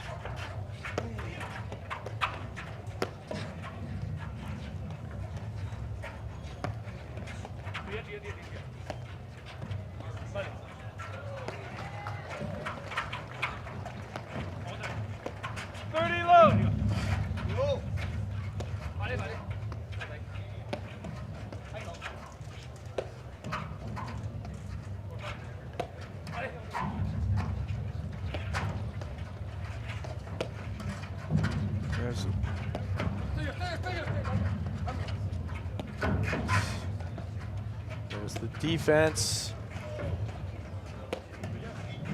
from Salazar Regalado.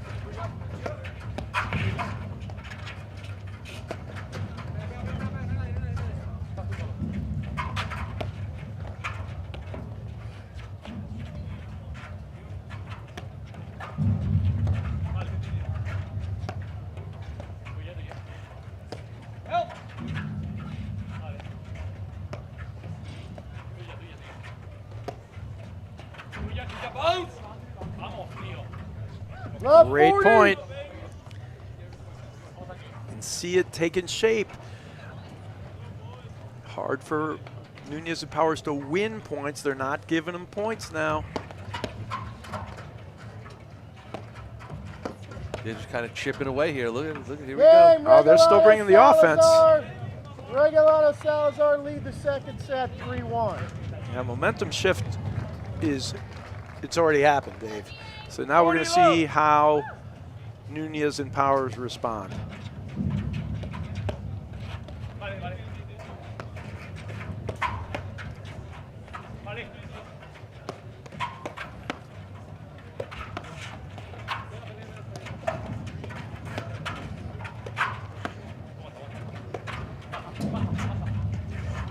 Oh! You know, sometimes I think people miss that shot because they start getting worried about another guy, and then they overcook it a little bit. I do think sometimes it's good for teams in the transition to say something like nobody. Like there's no one there, right? You could just dump it over, right? But most teams don't. See, now there's kind of a press ball. But most teams don't, you know, and I think it's not a bad thing to start to add in there.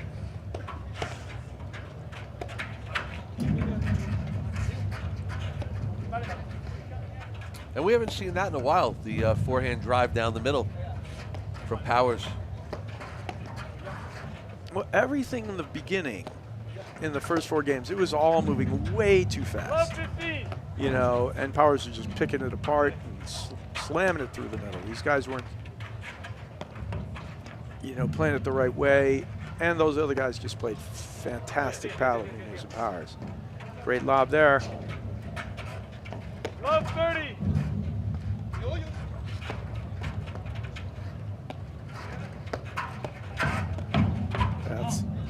Called out.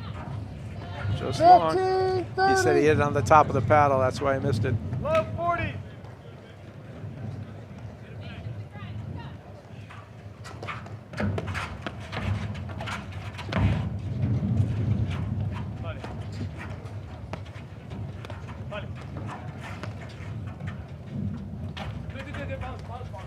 Uh, 30 all. He did have him biting in. He held it a little long. Then he tried to make it. I think he just tried to make it too good.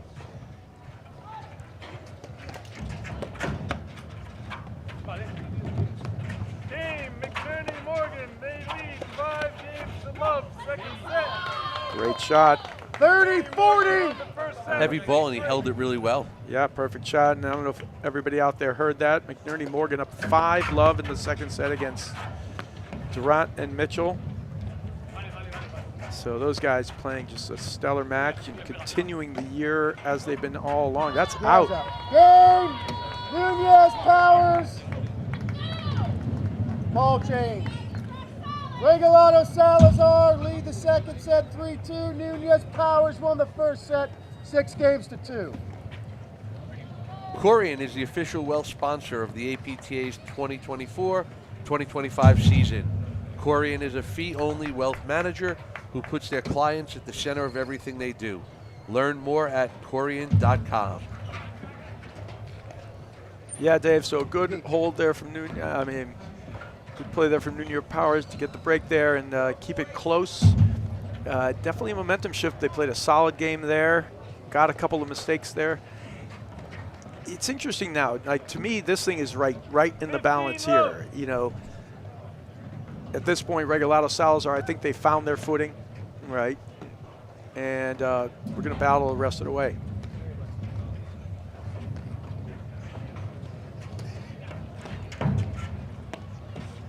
Yeah, and I think, you know, just from the optics of looking at the scoreboard, you know, obviously serving at 1-4 is way different now than 2-3. 30 low. 1-4 almost becomes a must-win game. Yeah. And that can kind of hang over your head a little bit. 15 love. See, and that's where they've improved so much, Regalado Salazar. That drive that he just netted there, they've been so much better in the backcourt right now. Striking drives at the right time, but then defending all the attacks and all the pressure that Nunez and Powers are putting on there.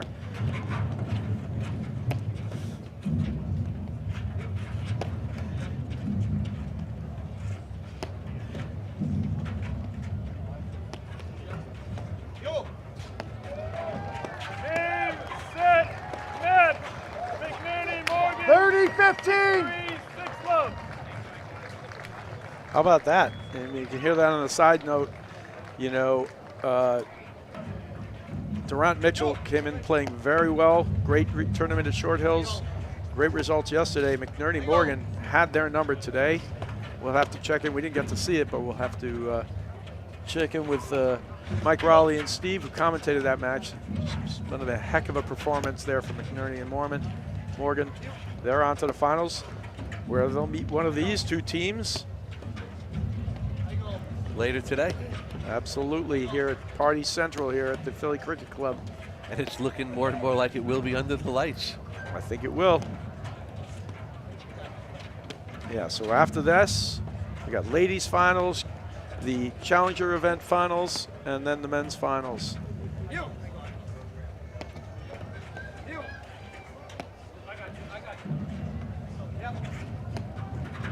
Yeah, I think Philly Cricket Club's going to be rocking.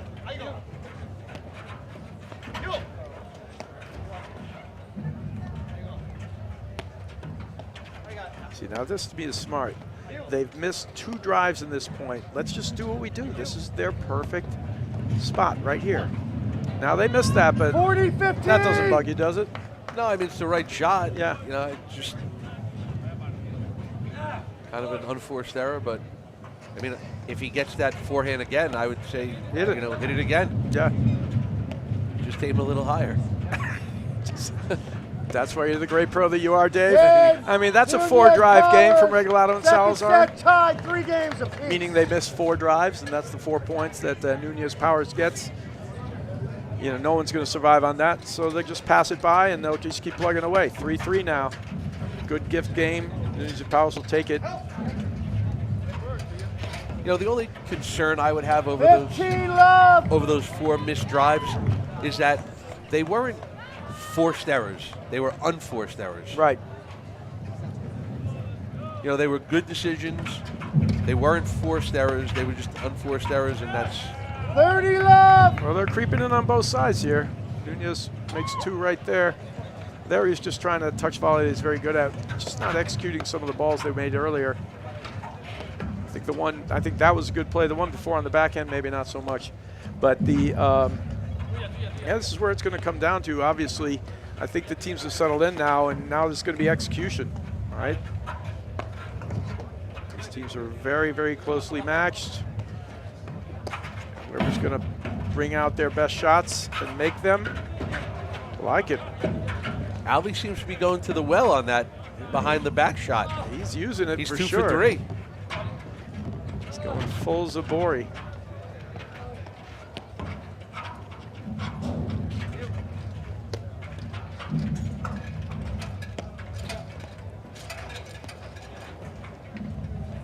Switch back in the backcourt.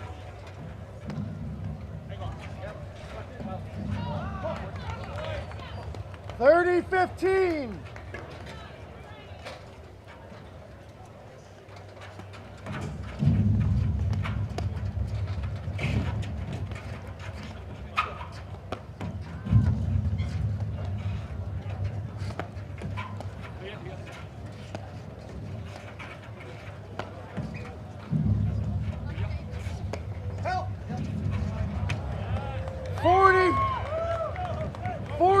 There we see the big roller by Salazar. Yeah, it's good to see that. And again, he hasn't hit many of them. He's, you know, won the last couple games. He's won a few points off of it. I'd like to see him hit it a little bit more. Yeah, he has it. He has a good roller.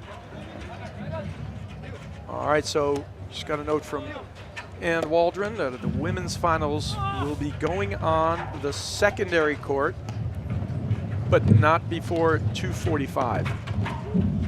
There's a great strike there from Regalado. There we go. Fist pump. Feeling the mojo. Regalado Salazar lead the second set 4-3. Nunez Powers won the first set 6-2. You know, it's a little trade now. We talked about it just be coming down. I think these teams have settled into what they're doing. Yeah.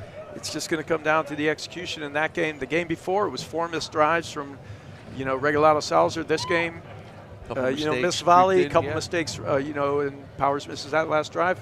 Not saying he shouldn't have hit it. It's just going to come down to now. Now we're battling through to the end here. And that's a big hold because, again, now you have Nunez and Powers looking in straight into the sun.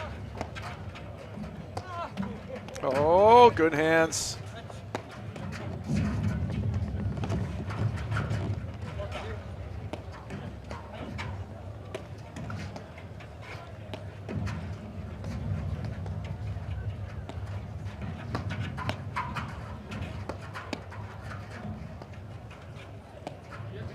So anyone who wants to watch this match and the women's finals should invest in a split screen TV or a second TV.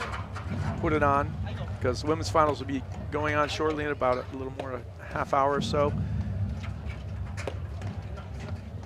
I mean, Dave, what do you think? Call Best Buy? Get them out there, they can do that. That amount of time. Buy. Hey, maybe Amazon, you might even be able to get it delivered to your house in an hour. There you go. All right, great return there. Powers might have lost that one in the sun a little. Regalado Salazar running with some of that mojo. They got the separation at 3-1 in this set. Serve is out. Love 40. Triple break point. They got the separation last time. Nunez Powers able to get right back.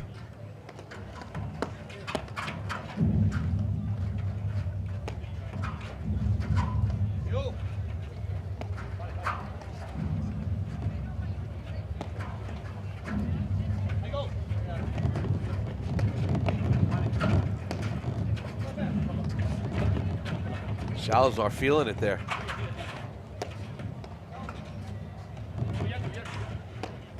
Yeah, it should not be lost to it because we've talked about the fact that they've won most of the year on slower play. 15, But he's a great 40. hitter. He strikes it off both sides. He's got a great forehand. He's got a great backhand. So there's Regalado. Regalado a little more forehand dominant, but his move up the side wire with the backhand, fantastic.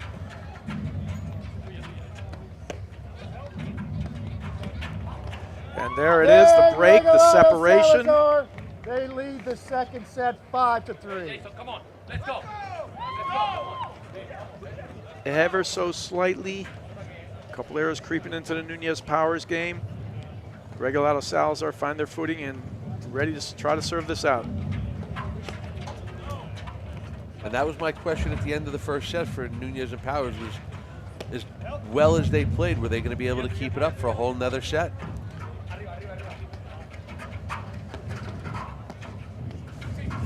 That's a tough get. Nice, easily done. Makes it look easy. Got the wheels, Salazar.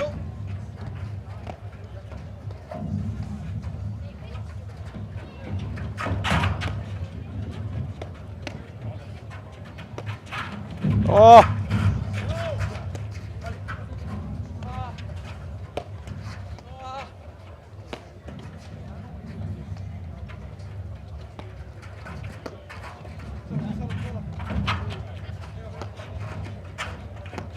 Oh! Yeah, he had a little look on it, but it was dropping just a little bit. And you saw that slight move by Nunez that when he saw the ball getting a little bit lower, how he closed the net, applying a little bit extra pressure there. That's the slap shot ball. He goes from the dink with the continental grip 30 to the slapper at the body, and Nunez and Powers, they were able to do it before. Regalado Salazar jump out to the 3-1 lead early, and they get it to 3-3. Now let's see what happens. 15, And Brad, you go back to 30. those last 2 points of Nunez pressing forward, moving in a little bit. We haven't seen him do that a lot in the second set, and he did it quite a bit in the first. Yeah. I'm trying to figure out exactly why. There's a couple of things. I think 2 reasons. One, they're making a few more errors. Like, he has tried it a couple of times, but he netted the ball, right? So it's actually, the point just ends right there. So huge break point now for Nunez Powers. 40. There's no way they want to go 3. They want to close this thing out as soon as they can, get back in here. Yeah, I think and the opportunities just haven't been quite there.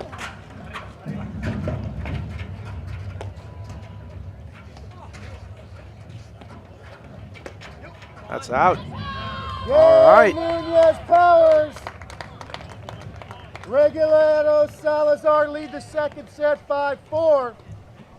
Nunez Powers won the first set 6-2.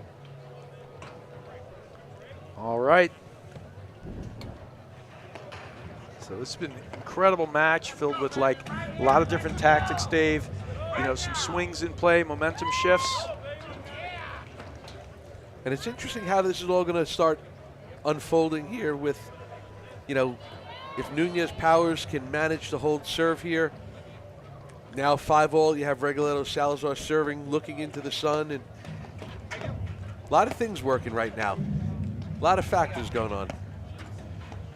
And I know, Dave, being the commentator and coach that you are, you will factor those factors. That's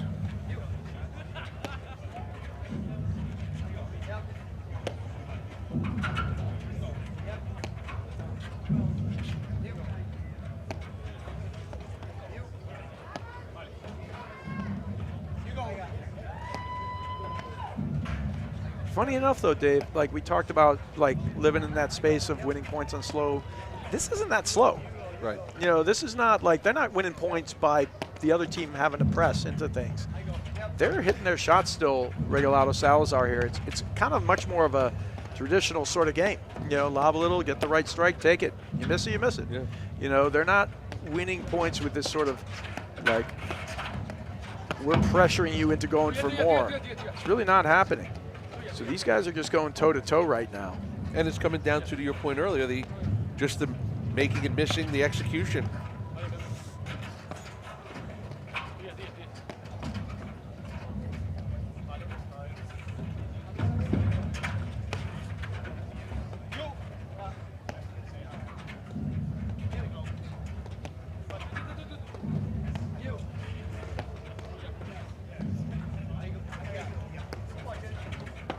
Yeah, that's a rip there from Regalado. Always got to be careful pushing that over to his forehand.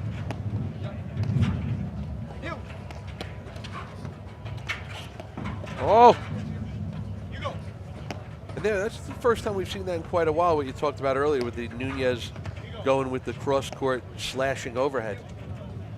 Yeah, it's a great shot. I love that one that goes across the court, low and in there, and sort of spins back across the grain.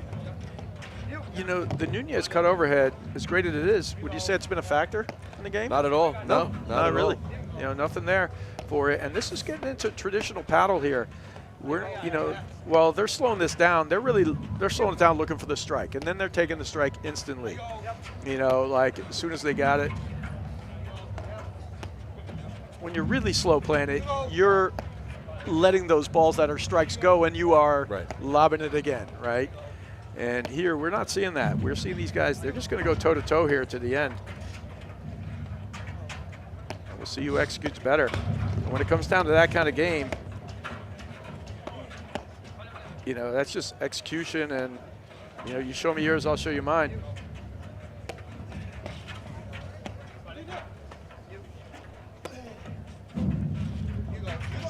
Oh. Oh, he jumps that route. Beautifully done there from Nunez. Great anticipation, great hands. 15 Wow. love. Yeah, he does have those beautiful soft hands. And he just read the paddle. He saw it was behind the ball, so he knew the drive was coming. Great shot.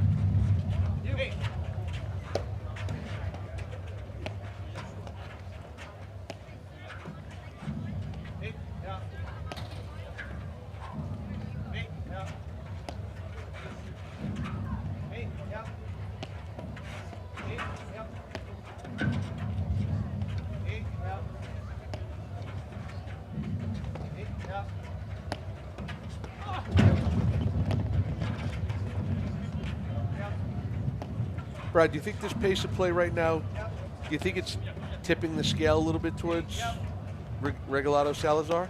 I do, yes. I think anytime they go to this, the advantage is a little bit theirs. It doesn't mean that Powers and Nunez can't do it. 30 It's love. just, I think it tips it to their scale. They're more comfortable. Right. Yeah. Regalado Salazar just a little bit more comfortable doing it. Lived on it the whole season. You know? Oh. 30-15. All right.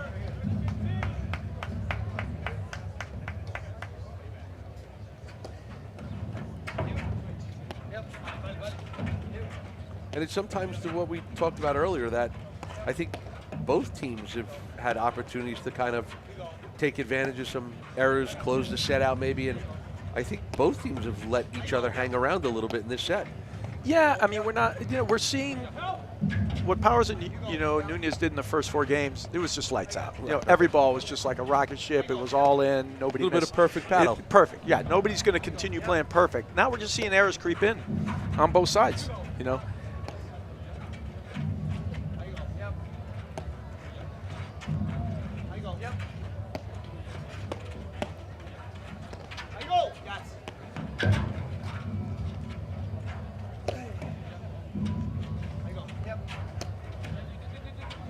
That's so good. That one just enough 40-15. extra spin so it doesn't come off the back. That ball, with the amount of spin he put on it, barely hit the back screen. Yeah. And that's what, you know, Salazar was expecting. He was expecting it to jump towards the back where he could get his paddle underneath it. He took a big swing but hit a little bit of the ball. Yeah, you're talking about Nunez, yes. Yep. Oh, I love that shot, actually. He's up close, frame him right in the body. You know, 40-30. definitely apologize as courtesy, but that's a great ball. Smart play. That's 2 faults in this game. Deuce. Looming large.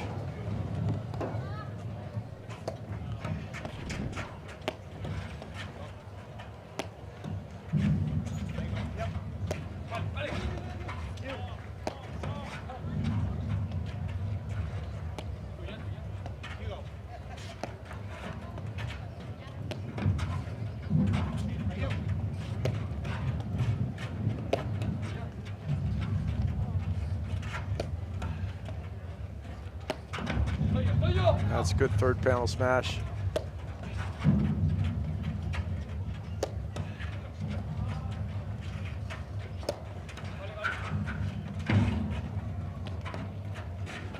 Yeah, he's throwing everything he's got at him. Yeah, Nunez is getting a lot of action. How about that? They do get the short lob, and finally the pressure gets to him. Nunez powers! But that was great defense. I mean, Nunez gave him every spin over that he has. They finally get a little shorter one, or is able to finish it off, but a lot of the heavy lifting done by the Nunez cutter there. Gone. We talked about it not making a difference there. There it did. Brand new. All right, so that ball went out of play, and we got a brand new ball in here. Ron Borgatti may have to announce, please return all foul balls. That's right. All right, so game point again here for Nunez Powers. Even this thing back up. Oh! And again, it's just coming down to the execution. 5-5 in the second set. So Nunez Powers once again even this up. They were down 3-1, kind of fighting their way back into this. You like that look from Salazar? Sunglasses? No, I meant the drive on the last point. But the let's talk about the sunglasses, Dave. I mean, I'm down with that.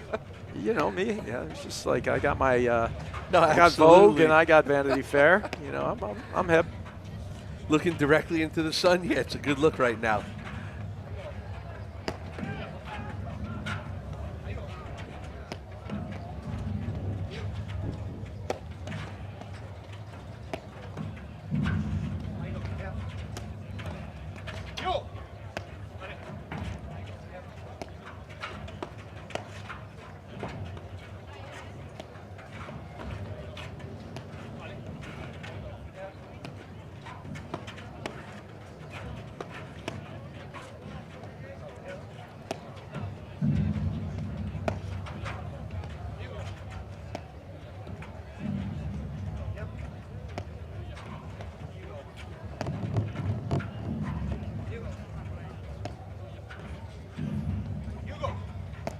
Yeah, Nunez and Powers, they don't want this thing to go 3. They're going to treat every one of these points. They're up the set here, but if I'm them, I'm just focused right here. Let's put this thing to bed. Love, 15. Then Nunez Powers displaying great patience right now.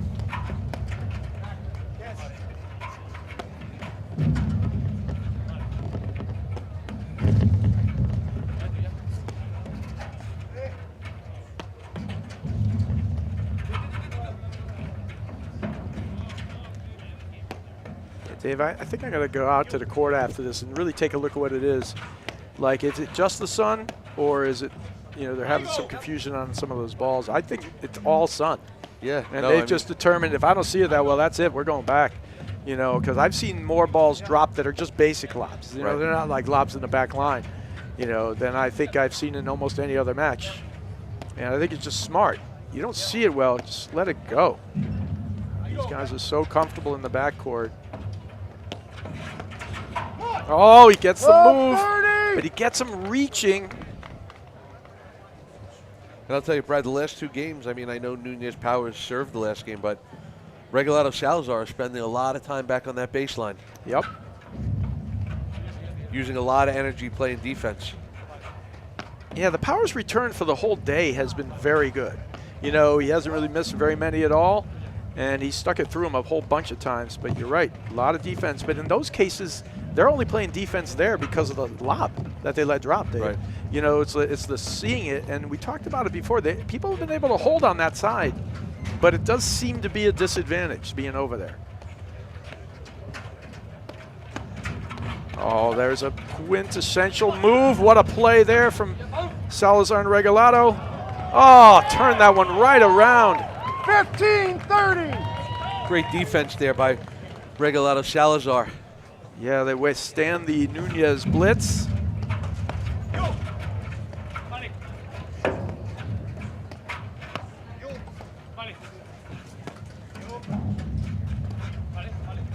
Oh, smart move. Powers recognized again with the the between the leg shot, and he's giving it the, like, did he have to play it there or did he not? Because you know, because it ended up with a drop shot there and 2 break points now for Nunez and Powers.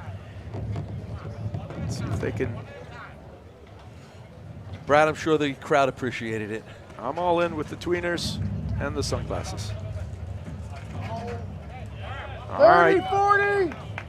Giving one back, just playing a lob return there, but out.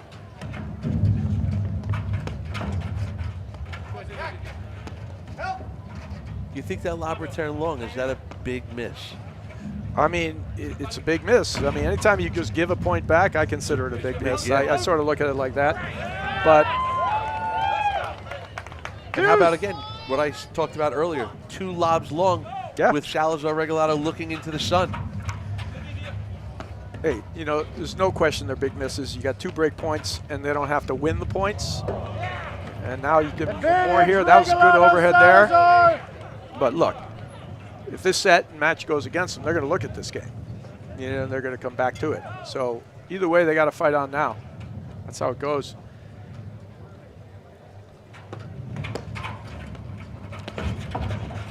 He's got the dig. What a play there. Powers just comes right back to it. They give away, but then they can take them too. So great return and blitz combination there. Perfectly done.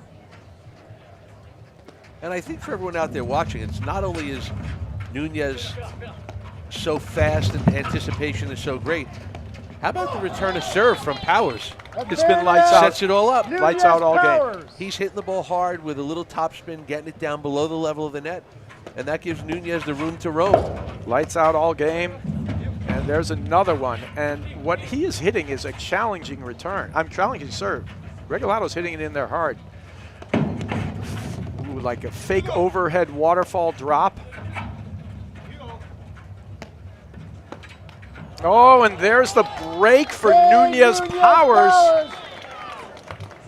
Nunez Powers lead the second set 6-5. Yeah, Nunez Powers won the first set 6 games to 2.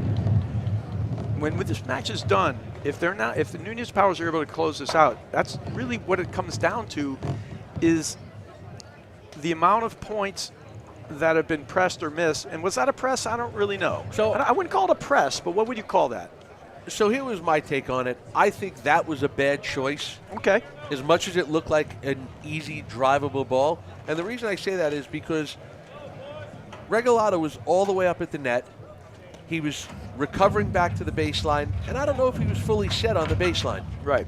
You know, so it's not like he was there waiting for the ball, stepping in and driving it. You know, and that's the only other reason. If he was back on the baseline, driving. But he was still kind of recovering from being sort of caught up at the net a little bit on a previous transition play. So we'll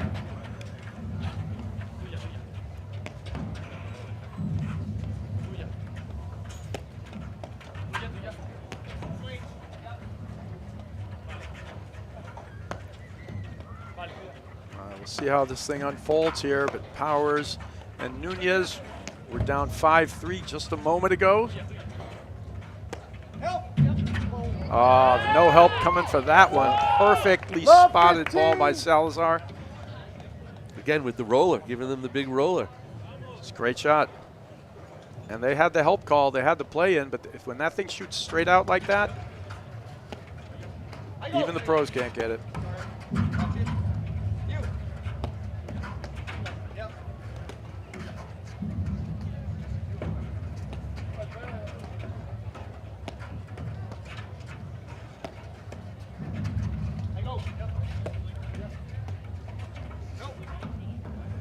Just wide.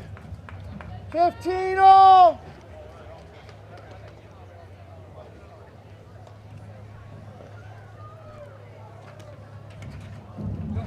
No, it was deep. Confirmed by the umpire. 30. It was deep. Yeah, a lot of tight calls and tight moments. Ball confirmed out. It's great to have the umpires there. We're lucky to have him. Ron Borgatti, he's been on his game today. Ron Borgatti was there when they had the hat conversation with Mark Powers a few rounds ago when Mark Powers' hat fell off in the middle of the point. They got the ruling on that. Accidental things like a hat falling off is a let, but the let can only be called by the opposing team, like the team on the other side of the net, which they did, so it ended up being a let for the point.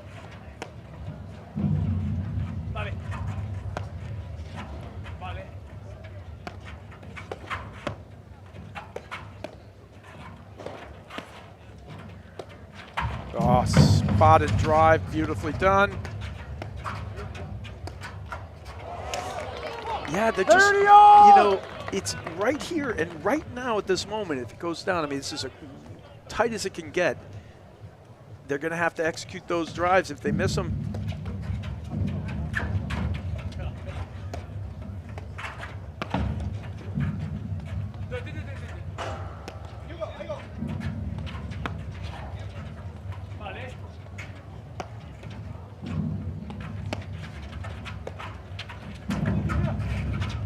There we see. oh! The turnarounder 30, keeps 40. it low. And Powers did such a good job of exposing that middle again. He was right there for that shot, too. That's out. We're going to a breaker. It was deep. No, it was deep. Game, Regalado, Salazar. Wait, hold on. No, I said deep. Dude, I said deep. Come on.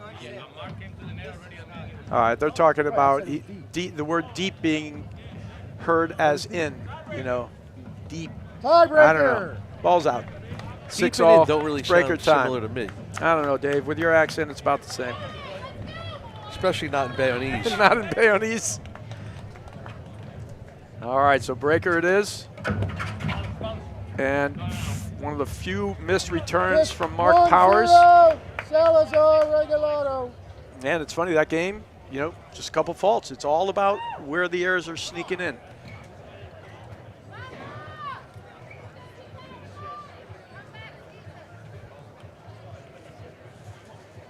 He's got to let that go.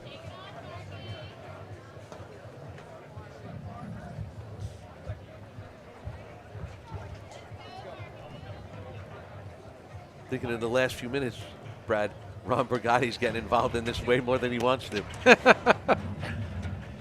You think he just wants to be quietly up there? He wants to be a Nobody, scorekeeper. right. Nobody should know I'm even here. Well, he's here, and he's here to overrule, and he's done a great job. Those are many of our umpires, or all of them.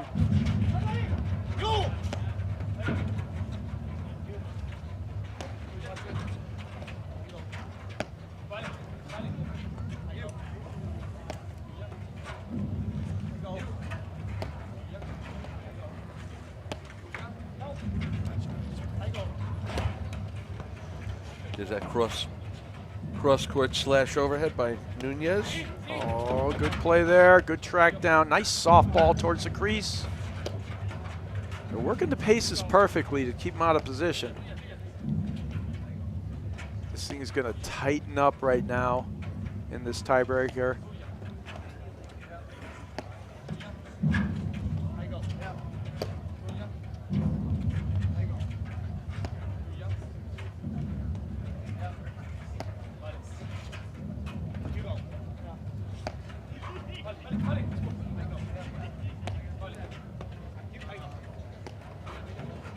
Yeah, they got to bail here.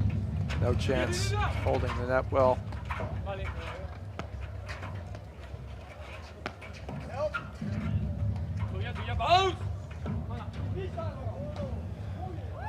Zero, serving two. All right. They've missed quite a few lobs from that side of the court, Nunez and Powers.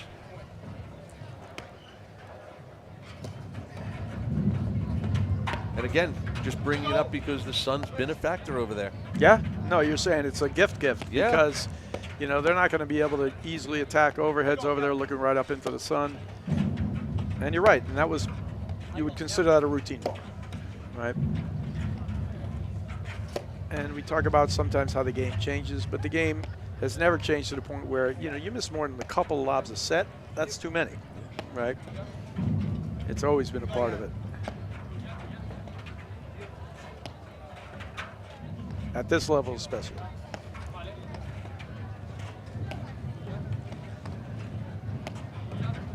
You know, and I think kind of sticking with that point, you know, why are these guys here? Why are they this far in the tournament? Because they do the basic things better than everybody else.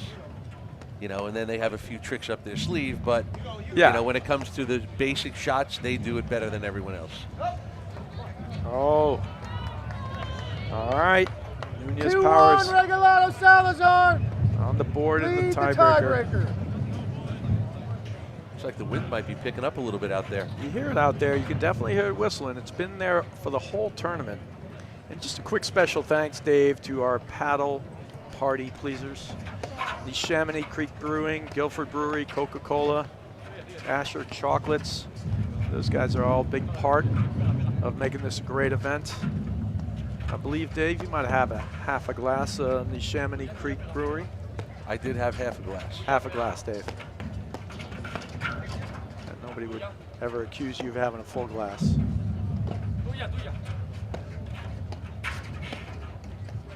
Great close there from Salazar.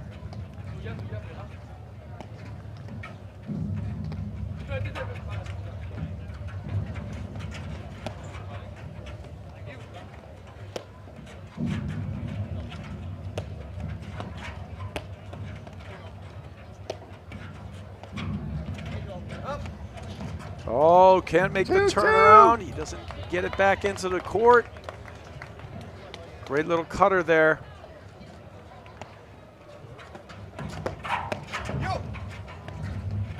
Good leave there from Nunez. It's important when you make the blitz not to just stick your paddle out. Know the ones to take, know the ones to leave.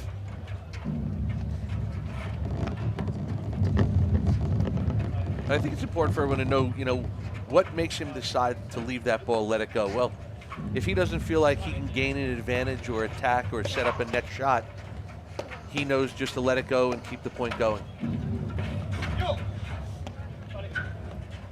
Wisely left there. Once again, talk about when to know to let something leave. The drop, that's a little too high. Powers saves it. Wow. And then the quick move up the wire. He's been holding that move on, and Regalado's fallen for it a few times. Finisher! Come on, Powers! That's a shot. That was just filthy. That was the definition right there. That didn't even make the snowboard. Nah, but it was the setup and the combination, too. At Nunez various times, he Powers saved the lead point with a quick 3-2. forehand Second volley set there. Tiebreaker. And then he turns it around with a quick move up the sidewire, and I don't think Regalado saw that at all because he fell right into it, takes Nunez it back, Powers and then won the first set 6-2. hitting that shot in transition, too. When you're moving like that, it's all guts. You know, you're just taking it. You can easily miss that. We see that type of shot missed right and left. Well, I think, Brad, before that overhead, you know, Regalado Salazar threw up a lob, and you kind of saw Powers calling Nunez off, and he hit a previous overhead. He wanted it. He wanted to keep hitting the balls during this point. You know, I think for the last several shots, that flurry that he created, he wanted it. He felt it and he wanted it. Yeah. Yeah, all right, the bail, you could hear the actual call. They're like, we're bailing. And you know why? I think it's for the sun. The sun again, yeah. I think it's the sun. I think they're like, let's go. You know, he's whacking it at us, and oh, a quick move again. They're going cross court, but they're not getting the ball to the side screen. And it's sort of a paddle one-on-one, but they think they are getting it to the side screen, Regalado and Salazar, and it's killed them in these last couple of points. Powers looking up in there, and we know the last time he served to hold the game, you know, for the set, for the match, he missed a couple he faulted a couple. Brad, wasn't that your drill to avoid? Feed the shark or feed the beast? Wasn't that Certainly was. Huh? We've all been there for those. Oh, he goes, he fakes the drop and tries to push it behind him. Powers is there. It's great action here in the final, in this second set tiebreaker.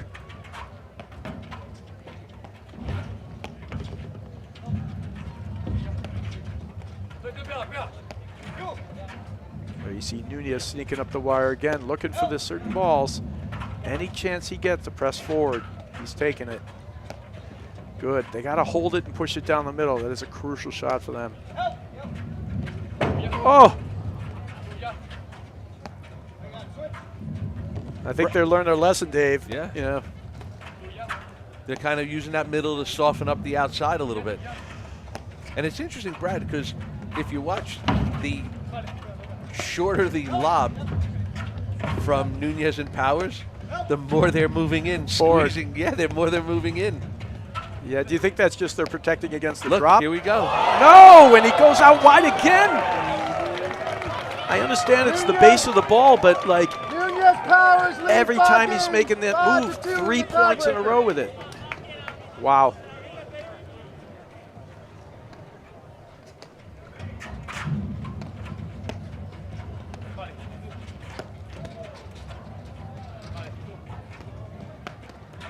That's it. You know, if you're these guys, I don't know, I wouldn't go anywhere near the side wires. You better know for sure. It better get there. Like there he's cool. He's good. Yep. It better get there. It's all this thing you got to say, right? And at this stage, you may even want to hit it a few miles per hour harder to know it's getting in there. Right on the line.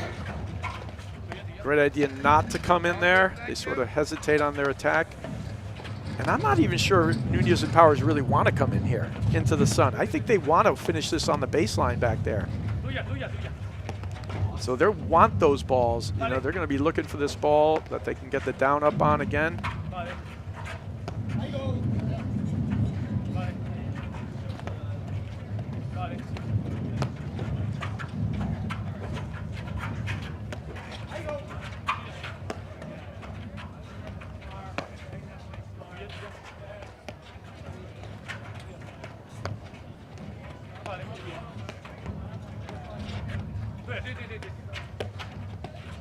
I like that heavy roll at the crease. He's been taking aim at it. He's hit it a few times.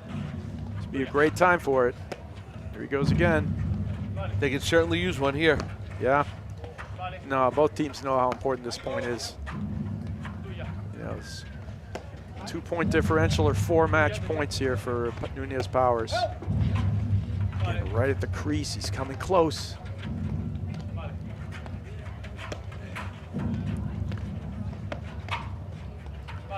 And Brad, we're watching an interesting little cat and mouse game here on this point where it's, you know, Regalado, Salazar are really pepper in the middle, saying how long are you there it is again, and then they go out wide and he does it off the backhand. We've seen it many times off the forehand. Now he does it with a backhand. Yeah, that one, I don't know what he was doing there. It just got short, high, and up and in front of him. All right, so match point.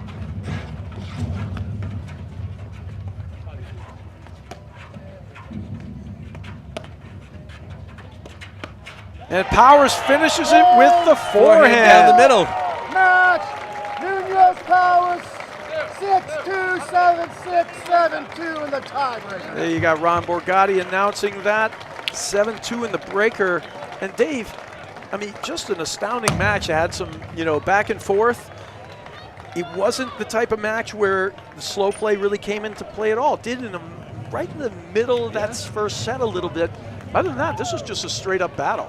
Right, and at the end they went for the certain shots that turned against them. Well, and I think, you know, for Nunez and Powers, you know, as much as we said they played a perfect beginning of the match, they kind of played a pretty perfect finish end of the match. You know, they anticipated, they made a couple of, I'm sure they guessed a few times, and it worked out well, and they made the shots. They made the shots. Yeah, they did. But at some point in time, like with the whole match, it was a straight up match. They also fed those balls into the screen. Everybody knows it's a paddle 1-on-1, right? You go to the side screen, it doesn't get there. It's a trouble shot, right? You're in trouble, right? So, or you don't stretch your opponent out so he misses it. You're in trouble, and that's what happened at the end there. They turned that thing around. They were down 2-love in that tiebreaker. They won 5, 6, 7 points in a row. Yeah, right. You know, and so, and it was, and 3 or 4 of those points were right on those. So. Kudos to them, though. The Powers forehand was on fire. You know, Regalado Salazar, they had the best year on the tour. Fall a little short in this one. They're going to get back to the drawing board. But great match. You know, there was a great match to call. I mean, well played. Nunez Powers, again, you know, I think they had a little hiccup, and I don't think they were super happy with, you know, how they played at Short Hills. But to your point, they're peaking. They're at the rounding peak into form right now. There. They have to be happy with that result and the way they played. There's no question, and the way they came back from certain moments in that set, they were down in most of that set. They brought it back at the end. Okay, Dave, so any final thoughts? No, again, I think we're in store for a really great final coming up at 5:30, the men's final. If you are tuning into our stadium court, if you look at the other secondary court as the women's final is underway. And stay tuned for the men's final at 5:30 as well. All right, so that's a wrap here for the semifinals. We'll see you guys for the finals, and make sure to tune over to our women's final round match on our secondary court. At Volley, we build tools to unlock your potential. The new Volley PTI feature breaks down your game like never before. Ever wondered, which partner has impacted my PTI the most? What's our win percentage as the favorite or underdog? Do I perform differently in 2 or 3 set matches? Now, it's all at your fingertips. The PTI tool is free to everyone. Download the Volley app today and level up your game. We'll see you on the court.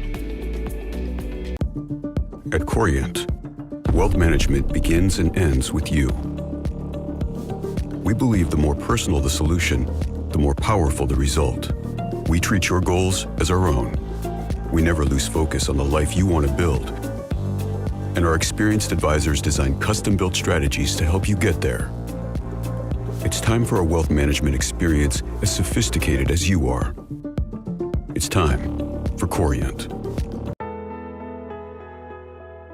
You know you have an account with Philadelphia. A, they're covered properly.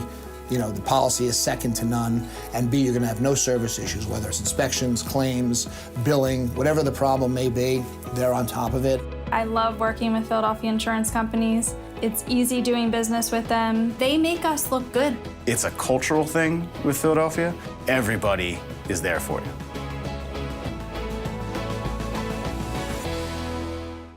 All right, how do we stream all of these games? Well, we engineered a fast, reliable Xfinity internet. So you never miss a moment while streaming live sports? Isn't that the best part about working here? No, it's the uniform. Actually, Mr. Jalen, I do feel a little self-conscious. Yeah, and I feel ridiculous. I mostly feel cold. Meeting over. It's fine. Try to make y'all look fresh. They don't get it. Score the ultimate sports streaming experience with Xfinity Sports and News TV. Save more than $150 a year over YouTube TV. Total Platform Tennis, the country's leader in court construction and facilities design, is now offering modular warming huts. Here is a sample of what we can provide.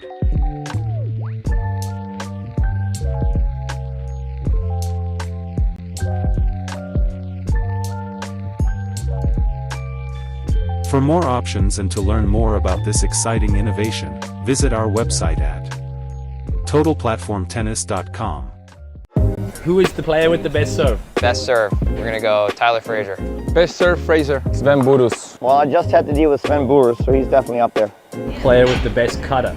Guillermo Nunez or Johan Durant. My partner, Eric West. Tyler Frazier, without a doubt. Dan Hansen. Guillermo Nunez. I gotta say Dan Hansen's is just filthy. Best roller? Either Alvy or Jose. I'm gonna pick my own boy Russell Benkham on that one. Johan Durant. Jose Salazar. Jose Salazar.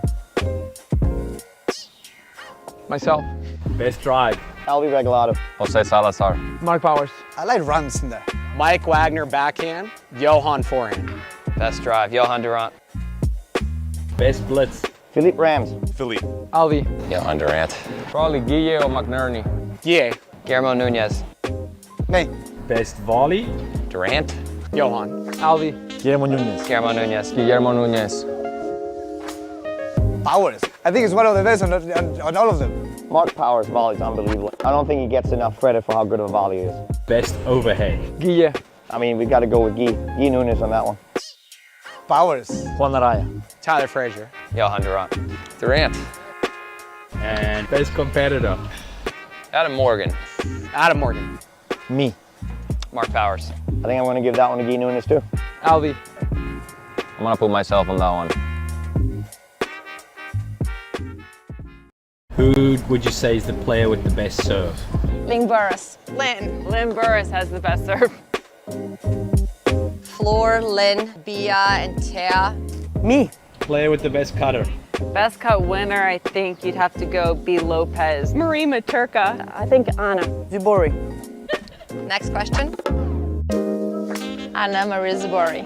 Zubori and myself. Best roller. Gabby Nicoleska. Best roller, Macy. Macy. Macy. She's hit me a few times. Charlotte Sikora. Me. Player with the best drive. Me. I would say Gabby, Lynn, myself. Anna. Anna. Best blitz. Can I say myself? Myself. Allison Morgan. Addison. Floor, by far. The team, Allison Morgan and Charlotte Sikora, they're amazing. Best volleys. I think Lynn. Addison. Lynn. Halbauer, she can really hurt you with the volleys. Best overhead. I don't know. That's a hard one. Can I come back to that one? Me. Best competitor. Ooh, Macy Elliott. Floor Honish. Macy. Myself.